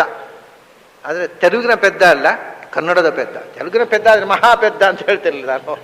ತೆಲುಗಿನ ಪೆದ್ದ ಅಲ್ಲ, ಕನ್ನಡದ ಪೆದ್ದ, ಶುದ್ಧ ಪೆದ್ದ. ಅವರೆಲ್ಲ ತೆಲುಗಿನ ಪೆದ್ದ ಅಂತ ತಿಳ್ಕೊಂಡಿದ್ದಾರೆ. ಅದನ್ನು ಅವನು ಎಡಿಟ್ ಅವನ ಬಗ್ಗೆ. ಆದರೆ ಶುದ್ಧ ಹೆಡ್ಡ ಅಂದರೆ ಹೆಡ್ಡ, ಏನೂ ಗೊತ್ತಿಲ್ಲ ಅವನಿಗೆ. ಸರಿಯಾಗಿ ಶಾಸ್ತ್ರಜ್ಞಾನ ಇಲ್ಲ, ಇತರ ಗ್ರಂಥಗಳನ್ನು ಅವಲೋಕನ ಮಾಡಿದ ಜ್ಞಾನ ಇಲ್ಲ, ಹೇಳ್ತಾನೆ. ಅದರ ನಂತರ ಮತ್ತೊಂದು ಬರೀತಾನೆ, ಈ ಈಶಾವಾಸ್ಯೋಪನಿಷತ್ತನ್ನು ಶಿವನಿಗೆ ವಿಷ್ಣು ಹೇಳಿದ್ದು ಅಂತ ಮಾಧ್ವರು ಹೇಳ್ತಾರೆ. ಆ ಸಂಘ ಹಾಗೆ ಹೇಳೇ ಇಲ್ಲ ಯಾವ ಮಾಧ್ವರು. ಅದು ಬ್ರಹ್ಮರುದ್ರ ಸಂವಾದ ಅಂತ ಆಚಾರ್ಯ ಪ್ರಮಾಣ ಕೊಟ್ಟದ್ದು. ಶಿವನಿಗೆ ವಿಷ್ಣು ಹೇಳಿದ್ದು ಅಂತ ಹೇಳ್ತಾರೆ ಮಾಧ್ವರು. ಅದು ಅಸಂಗ ಅಂದರೆ ಅವನು ಓದೇ ಇಲ್ಲ. ಮಾಧ್ವರ ಗ್ರಂಥಗಳನ್ನ ಎಲ್ಲೋ ವಾರ್ತೆ ಸುದ್ದಿ ಕೇಳಿ ಖಂಡನೆ ಮಾಡುವ, ಅಥವಾ ಓದಿದ್ರೂ ಅರ್ಥ ಆಗದಷ್ಟು ದೊಡ್ಡ ಮನುಷ್ಯ ಇರಬೇಕು ಅವನು. ಇಂಥದ್ದೆಲ್ಲ ತಪ್ಪು ಪ್ರಿಂಟ್ ಮಾಡಿದ್ದಾರೆ. ಯಾಕೆ ಹೇಳಿದೆ ಅಂದರೆ, ಪರಮೇಶ್ವರ ಅಂತ ಇಲ್ಲಿ, ಈಶ್ವರ ಅಂತ ಅಲ್ಲಿ, ಎಲ್ಲಿ ಬಂದರೂ ಈಶ್ವರ ಈಶನಶೀಲ ನಾರಾಯಣ. ಇದು ಶಂಕರಾಚಾರ್ಯರು ಕೂಡ, ಶಂಕರಾಚಾರ್ಯರಲ್ಲ, ಅಭಿನವ್ ಗುಪ್ತ ಇದಕ್ಕೆ ವ್ಯಾಖ್ಯಾನ ಬರೆದಿದ್ದಾನೆ ಭಗವದ್ಗೀತೆಗೆ. ಅಭಿನವ್ ಗುಪ್ತ ಕಾಶ್ಮೀರದ ವೀರಶೈವ ಪಂಥದ ಪ್ರವರ್ತಕಾಚಾರ್ಯರಲ್ಲಿ ಒಬ್ಬ ಮಹಾಶೈವ. ಅವನು ಎಷ್ಟು ದೊಡ್ಡ ಶೈವ ಅಂತಂದರೆ, ಯಾರಿಗೆ ಶಿವದೀಕ್ಷೆ ಇಲ್ಲವೋ, ಯಾರು ವೈಷ್ಣವರೋ ಅವರು ವೇದ ಓದಬಾರ್ದು ಅಂತ ಬರೆದಿದ್ದಾನೆ. ಅವ್ರು ವೇದಾಧಿಕಾರವೇ ಇಲ್ಲ. ವೈಷ್ಣವರು ಅಂದರೆ ಮೈಲಿಗೆ, ಅವರು ವೇದಾಧಿಕಾರವೇ ಇಲ್ಲ ಅವರಿಗೆ ಅಂತ. ಇಷ್ಟು ಭಯಂಕರ ಶೈವ. ಅವನು ಕೂಡ ಈಶ್ವರ ಅಂದರೆ ಕೃಷ್ಣ ವಿಷ್ಣು ಅಂತ ಅರ್ಥ ಬರೆದಿದ್ದಾನೆ, ಹೊರತು ಶಿವ ಅಂತ ಬರೀಲಿಲ್ಲ. ಈ ಶಾಸ್ತ್ರಿಗೆ ಎಲ್ಲಿಂದ ತಲೆ ಕೆಟ್ಟು ಹೋಯ್ತೋ ಗೊತ್ತಿಲ್ಲ. ಅಂಥ ಮಹಾಶೈವ. ಶಂಕರಾಚಾರ್ಯ ಶೈವ ಅಲ್ಲ, ಇವನು ಮಹಾಶೈವ ಅಭಿನವ್. ಅವನು ಕೂಡ ಈಶ್ವರ ಅಂದರೆ ಕೃಷ್ಣ ಅಂತಲೇ ಅರ್ಥ ಹೇಳುವಂಥದ್ದು ಹೊರತು ವಿಷ್ಣು ಅಂತ ಅರ್ಥ ಹೊರತು ಶಿವ ಅಂತ ಅರ್ಥ ಬರೀಲಿಲ್ಲ. ಹೋಗ್ಕೊಳ್ಳಿ, ಇಲ್ಲಿ ಮಹೇಶ್ವರ ಅಂತ ಪರಮೇಶ್ವರ. ಪರಮೇಶ್ವರ ಅಂತ ಹೇಳಿದ ಕೂಡಲೇ ರಘುವಂಶ ಪರ್ಯಂತ ಓದಿದಂಥ ಸಂಸ್ಕೃತ ಪಂಡಿತರಿಗೆ ಪಾರ್ವತಿ ಪರಮೇಶ್ವರ, ಓಹೋ ಪರಮೇಶ್ವರ ಅಂದರೆ ಪಾರ್ವತಿಪತಿ, ಅವನು ಕೃಷ್ಣ ಆಗೋದು ಹೇಗೆ ಅಂತ ದೊಡ್ಡ ಸಂಶಯ. ಪರಮೇಶ್ವರ ಅಂದರೆ ಈಶ್ವರನಲ್ಲಿಯೂ ಪರಮ. ಯಾರು ಈಶ್ವರ ಅಂದರೆ ಸರ್ವಸಮರ್ಥ, ಸರ್ವಸಮರ್ಥರಲ್ಲಿ ಸರ್ವಶ್ರೇಷ್ಠನಾದ ಸಮರ್ಥ. ಉಳಿದವರು ಸರ್ವಸಮರ್ಥರು ಅಂತ ಹೇಳೋದು ಸಾಪೇಕ್ಷ. ಆದರೆ ಇದು ನಿರಪೇಕ್ಷವಾದ ಸರ್ವಸಮರ್ಥ ಯಾರೋ ಅವನು ಪರಮೇಶ್ವರ. ಆದ್ದರಿಂದ ನಿನ್ನ ಸಾಮರ್ಥ್ಯದ ಬಗ್ಗೆ ನನಗೆ ಯಾವ ಸಂಶಯವೂ ಇಲ್ಲ, ಏವಮೇತತ್. ಆದರೆ ನನಗೆ ಆಸೆ ಇದೆ, ಏನು ಅಂದರೆ ದ್ರಷ್ಟುಮಿಚ್ಛಾಮಿ ತೇ ರೂಪಂ ಐಶ್ವರಂ ಪುರುಷೋತ್ತಮ. ಮತ್ತೆ ಒಂದು ವಿಶೇಷಣ ಕೊಡ್ತಾನಲ್ಲಿ, ನಿನ್ನ ಐಶ್ವರಂ, ಆ ಏನು ಸಾಮರ್ಥ್ಯ ಅಂತ ಏನು ಹೇಳಿದ್ದೇವೆ, ಆ ಸರ್ವ ಸಾಮರ್ಥ್ಯದಿಂದ ತುಂಬಿದ ನಿನ್ನ ರೂಪವನ್ನು, ಅಂದರೆ ಈ ರೂಪದಲ್ಲಿ ಸರ್ವ ಸಾಮರ್ಥ್ಯ ತುಂಬಿದೆ ಅಂತಲ್ಲ, ಇದರಲ್ಲಿ ಸರ್ವ ಸಾಮರ್ಥ್ಯ ವ್ಯಕ್ತ ಆಗೋದಿಲ್ಲ. ಎಲ್ಲ ಮನುಷ್ಯರ ಹಾಗೆ ನೀನು ನಮ್ಮೊಟ್ಟಿಗೆ ಓಡಾಡ್ತಾ ಇದ್ದಿ ಅಲ್ಲ. ನಿನ್ನ ಆ ಸರ್ವ ಸಮರ್ಥವಾದ ಆ ಶಕ್ತಿ, ಈಶ್ವರಿ ಶಕ್ತಿ ಅಂತ ಏನು ಹೇಳ್ತೇವೆ, ಅದು ಕಾಣಬೇಕು. ಅಂಥ ಒಂದು ದರ್ಶನ ನನಗಾಗಬೇಕು. ಈಗ ನಮಗೇನು, ನಮ್ಮ ಸೋದರತ್ತೆ ಮಗ ಹಾಗೆ ಕಾಣ್ತಾ ಇದೆ.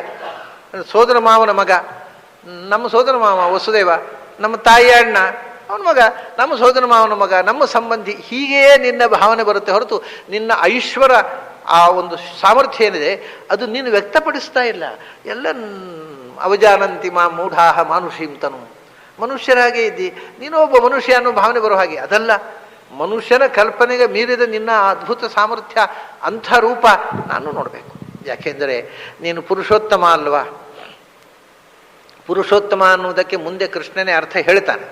ಅಥೋಸ್ಮಿ ಲೋಕೆ ವೇದೇ ಚ ಪ್ರಥಿತ ಪುರುಷೋತ್ತಮ ಅಂತ 11ರಲ್ಲಿದ್ದೇವೆ ನಾವು. 15ಕ್ಕೆ ಹೋದಾಗ ಪುರುಷೋತ್ತಮ ಅಂದರೆ ಜಗತ್ತಿನಲ್ಲಿ ಎರಡು ಥರದ ಪುರುಷರಿದ್ದಾರೆ ಅಂತ. ಪುರುಷರು ಅಂದರೆ ಏನು? ಪುರದಲ್ಲಿ ಇರುವವರು. ಪುರ ಅಂದರೆ ದೇಹ. ದೇಹದಲ್ಲಿ ಇರುವವರು ಪುರುಷರು. ದೇಹದಲ್ಲಿ ಇರುವವರಲ್ಲಿ ಎರಡು ಥರ ಇದ್ದಾರೆ ಅಂತ. ಏನು ಅಂದರೆ, ಒಂದು ಬಿದ್ದು ಹೋಗುವ ದೇಹದಲ್ಲಿ ಇರುವವರು, ಕ್ಷರವಾದ ಪುರದಲ್ಲಿ ಇರುವವರು. ಒಂದು ನಿತ್ಯವಾದ ಪುರ ಶರೀರದಲ್ಲಿರುವವರು. ನಿತ್ಯವಾದ ಶರೀರದಲ್ಲಿರುವವರು ಅಕ್ಷರ ಪುರುಷರು, ಬಿದ್ದು ಹೋಗುವ ಶರೀರದಲ್ಲಿ ಕ್ಷರ ಪುರುಷ. ಹೀಗೆ ಕ್ಷರ ಪುರುಷರು ಅಕ್ಷರ ಪುರುಷರು ಇಬ್ಬರು ಪುರುಷರಿದ್ದಾರೆ. ಬಿದ್ದು ಹೋಗುವ ಶರೀರದಲ್ಲಿರುವವರು ಅಂದರೆ ಜೀವರು, ಬ್ರಹ್ಮನಿಂದ ಹಿಡಿದು ಎಲ್ಲ ಬ್ರಹ್ಮಾದಿ ಸಮಸ್ತ ಜೀವರು. ಬಿದ್ದು ಹೋಗದ ನಿತ್ಯವಾದ ಪುರ ಅಂದರೆ ಜ್ಞಾನಾನಂದಮಯವಾದ ಶರೀರ, ಲಕ್ಷ್ಮಿಯ ಶರೀರ.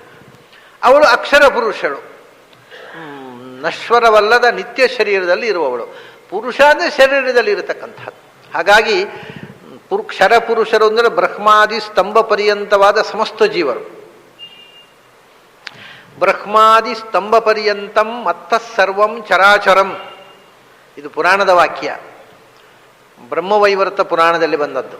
ವಿಷ್ಣು ನಾರದನಿಗೆ ಹೇಳುವ ಮಾತು, ಬ್ರಹ್ಮಾದಿ ಸ್ತಂಭ ಪರ್ಯಂತಂ ಮತ್ತಃ ಸರ್ವಂ ಚರಾಚರಂ. ಈ ಜಗತ್ತಿನಲ್ಲಿ ಇರುವ ಚರಾಚರವಾದ ಸಮಸ್ತವು, ಬ್ರಹ್ಮನಿಂದ ಹಿಡಿದು ಒಂದು ಸಣ್ಣ ಹುಲ್ಲಿನ ಮೆದೆಯ ತನಕ, ಸರ್ವಂ ಮತ್ತಃ ಸರ್ವಂ ಸರ್ವೇಷಾಂ ಅಹಮೇವ ಈಶಃ ಇತಿ ಜ್ಞಾಹ ವೈಷ್ಣವೋತ್ತಮ ಅಂತ. ವೈಷ್ಣವರು ಅಂದರೆ ಯಾರು? ಇದು ಬ್ರಹ್ಮವೈವರ್ತ ಹೇಳ್ತದೆ. ಚತುರ್ಮುಖನಿಂದ ಹಿಡಿದು ಸಮಸ್ತ ಚರಾಚರಾತ್ಮಕವಾದ ಜೀವಜಾತವು ಭಗವಂತನ ಅಧೀನ ಮತ್ತು ಅವನೇ ಸರ್ವೇಷಾಂ ಅಹಮೇವ ಈಶಃ, ನಾನೇ ಎಲ್ಲಕ್ಕೂ ಈಶ ಅಂತ ನಾನು ಹೇಳುವುದಲ್ಲ, ಕೃಷ್ಣ ಅದನ್ನು ಹೇಳಿದ್ದು. ವಿಷ್ಣು ನಾನೇ ಎಲ್ಲಕ್ಕೂ ಈಶ ಅಂತ ಯಾರು ತಿಳಿತಾನೆ ಅವನು ನನ್ನ ಭಕ್ತ ಅಂತ.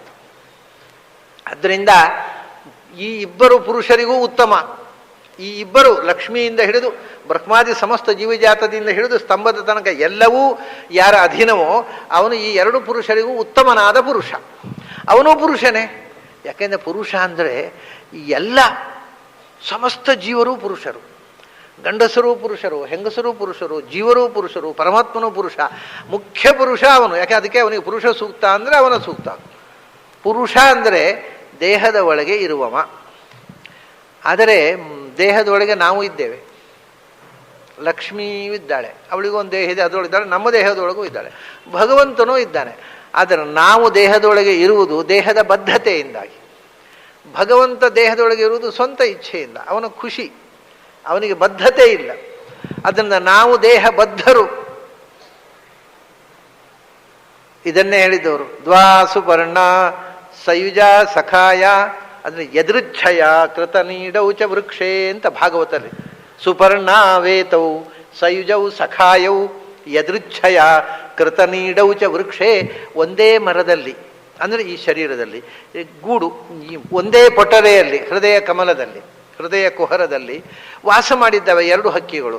ಒಂದು ಹಕ್ಕಿ ಅದು ವಾಸ ಮಾಡಿದ್ದು ಅದರಿಂದ ಅಲ್ಲ, ಪರಾಧೀನವಾಗಿ ವಾಸ ಮಾಡ್ತಾ ಇದೆ.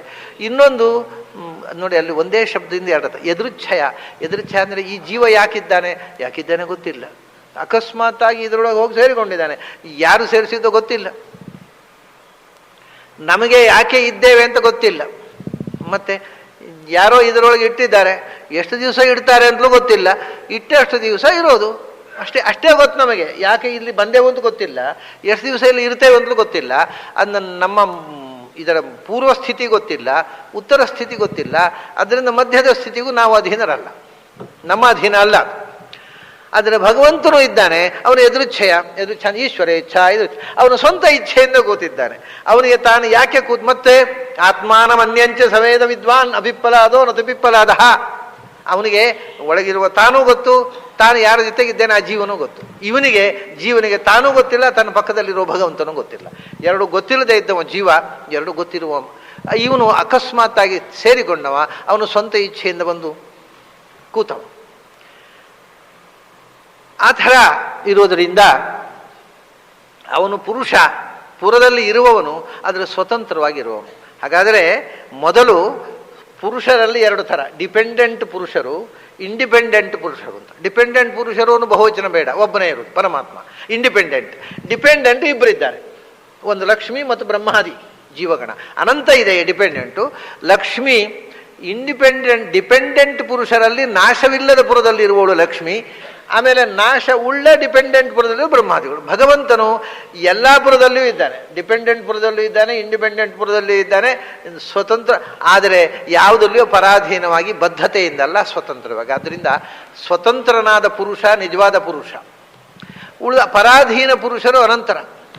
ಪುರುಷರು ಅಂತಂದರೆ ಅಂತೂ ಸಮಸ್ತ ಚೈತನ್ಯ ಜೀವ ಅಂತಿರುವುದೆಲ್ಲ ಪುರದಲ್ಲಿ ಇರುವುದು. ಎಲ್ಲಿ ತನಕ ಅಂದರೆ ಈಗ ಮನುಷ್ಯ ಮೂಲಭೂತವಾಗಿ ಮನುಷ್ಯ ಅಂತ ಅರ್ಥ. ಆದರೆ ನೀವು ಪುರ ಅಂದರೆ ಪ್ರಾರಬ್ಧ ಕರ್ಮದಿಂದ ನಿರ್ಮಿತವಾದ ಶರೀರ ಅಂತ ಇಟ್ಟುಕೊಂಡ್ರೆ ಮರವೂ ಪುರುಷ. ಯಾಕೆಂದರೆ ಅದರ ಪುರ ಮರ, ಮರದೊಳಗೆ ಜೀವ ಇರುವುದು. ಮರವೂ ಪುರುಷ, ಹುಳ ಹುಪ್ಪಟೆಗಳೂ ಪುರುಷ, ಪ್ರಾಣಿಗಳೂ ಪುರುಷ. ಅದಕ್ಕೊಂದು ಪುರ ಇದೆ, ಆದರೆ ಆ ಅರ್ಥದಲ್ಲಿ ಬಳಸುವುದು ಕಡಿಮೆ ಅಷ್ಟೇ. ಹಾಗಾಗಿ ಮತ್ತೆ ಗಂಡು ಪುರುಷ, ಹೆಣ್ಣು ಪುರುಷ. ಯಾಕೆಂದರೆ ಪುರದಲ್ಲಿ ಇರುವ ಜೀವ. ಅಂದರೆ ಪುರುಷ ಶಬ್ದ ಅನ್ನೋದು ಎಲ್ಲ ದೇಹಬದ್ಧವಾದ ಚೇತನಕ್ಕೆ ಮತ್ತು ಸ್ವತಂತ್ರವಾಗಿ ದೇಹದಲ್ಲಿರುವ ಚೇತನಕ್ಕೆ ಇರತಕ್ಕಂಥ ಹೆಸರು. ಈ ದೇಹ ಬರುವ ಮುಂಚೆ ಕೂಡ ಅನಾದಿ ಕಾಲದಿಂದ ಲಿಂಗ ಶರೀರ ಇದೆ. ಆದ್ದರಿಂದ ಅನಾದಿ ಕಾಲದಿಂದ ಜೀವ ಪುರುಷ. ಪುರದಲ್ಲಿ ಇರದ ಜೀವ ಎಲ್ಲೂ ಇಲ್ಲ. ಅನಾದಿ ಕಾಲದಿಂದ ಭಗವಂತನು ಜ್ಞಾನಾನಂದಮಯ ಪುರದಲ್ಲೇ ಇರುವ. ಹಾಗಾಗಿ ಈ ಪುರುಷ ಶಬ್ದ ಅಂತಕ್ಕಂಥದ್ದು ಚೇತನ ಅಂತ ಅನ್ನುವ ಸಮಾನಾರ್ಥಕ. ಪುರುಷ ಅಂದರೆ ಚೇತನ. ಆದರೆ ಒಂದು ವಿಶಿಷ್ಟ ಅರ್ಥದಲ್ಲಿ ನಾವು ಅದನ್ನು ಬಳಸ್ತೇವೆ ಶಾಸ್ತ್ರದಲ್ಲಿ. ಯಂಹಿನ ವ್ಯಥಯಂತ್ಯೈತೆ ಪುರುಷಂ ಪುರುಷರ್ಷಭ. ಅಲ್ಲಿಯೂ ಪುರುಷರ್ಷಭ ಅನ್ನೋ ಶಬ್ದ ಬಂದಾಗ ಪುರುಷ ಅಂದರೆ ಪುರ ಅಂದರೆ ಬರೀ ಶರೀರ ಅಲ್ಲ. ಮರವೂ ಒಂದು ಪುರ, ಹಕ್ಕಿಯ ದೇಹವೂ ಒಂದು ಪುರ, ಪ್ರಾಣಿಗಳ ದೇಹವೂ ಒಂದು ಪುರ. ಇದು ಸಾಮಾನ್ಯ ಅರ್ಥ. ಮುಖ್ಯ ಅರ್ಥದಲ್ಲಿ ಪುರ ಅಂತಂದರೆ ಪೂರ್ಣತೆಯನ್ನು ಪಡೆದ ದೇಹ, ಅಂದರೆ ಪರ್ಫೆಕ್ಟ್ ಬಾಡಿ, ಅಂದರೆ ಹ್ಯೂಮನ್ ಬಾಡಿ. ಆದ್ದರಿಂದ ಪುರುಷ ಅಂದರೆ ಮನುಷ್ಯರಲ್ಲಿ ಎಲ್ಲರೂ ಪುರುಷರು, ಗಂಡಸರು ಪುರುಷರು, ಹೆಂಗಸರು ಪುರುಷರು. ಯಾಕೆಂದರೆ ಪೂರ್ಣತೆಯನ್ನು ಪಡೆದ ಇವಲ್ಯೂಷನ್ನಲ್ಲಿ, ಪೂರ್ಣತೆಯನ್ನು ಪಡೆದ ಸಾಧನ ಶರೀರದಲ್ಲಿ. ನಮಗೆ ಪೂರ್ಣತೆ ಅಂದರೆ ವೆಸ್ಟರ್ನ್ನ ಕಾನ್ಸೆಪ್ಟಿನ ಪೂರ್ಣತೆ ಅಲ್ಲ, ಇವಲ್ಯೂಷನ್ ಅಲ್ಲ. ಈ ದೇಹದಲ್ಲಿ ಮಾತ್ರ ಸಾಧನೆ ಮಾಡಲಿಕ್ಕಾಗುವುದು. ಸಾಧನ ಶರೀರ ಇದು ಒಂದೇ, ಉಳಿದಲ್ಲಿ ಸಾಧನೆ ಇಲ್ಲ. ಅದರಿಂದ ಅಪೂರ್ಣ. ಅದು ಸಾಧನ ಶರೀರವೇ ಪೂರ್ಣ ಶರೀರ, ಇರೋದೇ ಸಾಧನೆಗೆ. ಆದ್ದರಿಂದ ಸಾಧನ ಶರೀರದಲ್ಲಿ ಇರುವ ಜೀವ ಅಂತ ಅರ್ಥ ಪುರುಷ ಅಂದರೆ. ಮತ್ತು ಆ ಜೀವನನ್ನು ನಿಯಂತ್ರಿಸುವ ಪರಮಾತ್ಮ. ಇಷ್ಟೇ. ಇದು ಎರಡು ಮುಖ್ಯ ಅರ್ಥಗಳು. ಪುರುಷ ಅಂದರೆ ಸಾಧನ ಶರೀರದಲ್ಲಿರುವ ಜೀವ. ಅದು ಗಂಡು ಇರಬಹುದು, ಹೆಣ್ಣು ಇರಬಹುದು, ಇಬ್ಬರೂ ಪುರುಷರು. ಆ ಎಲ್ಲ ಜೀವನನ್ನ ಮತ್ತು ಲಕ್ಷ್ಮಿಯನ್ನು ಕೂಡ ಮೀರಿ ಇರತಕ್ಕಂಥ ಶಕ್ತಿ ಏನಿದೆ ಅದು ಪುರುಷೋತ್ತಮ. ಅದನ್ನೇ ದ್ರಷ್ಟುಮಿಚ್ಛಾಮಿ ತೇ ರೂಪಂ ಐಶ್ವರಂ ಪುರುಷೋತ್ತಮ ಅಂತ. ಆ ಅನಂತ ಸಾಮರ್ಥ್ಯದಿಂದ ಕೂಡಿರುವ ನಿನ್ನ ರೂಪವನ್ನು ನೋಡಬೇಕು. ಎಂಥದ್ದದು? ಅದೇ ಕ್ಷರಾಕ್ಷರ ಪುರುಷರನ್ನೆಲ್ಲ ನೋಡಿದ್ದೇವೆ ನಾವು. ಕ್ಷರ ಪುರುಷರನ್ನಂತೂ ನಾವು ನೋಡ್ತಾನೆ ಇದ್ದೇವೆ, ಎಲ್ಲ ಕಡೆಯಲ್ಲಿ ಇದ್ದಾರೆ. ಅದಕ್ಕೆ ಮೂಲಭೂತಳಾಗಿರ್ತಕ್ಕವಳು ಲಕ್ಷ್ಮಿ.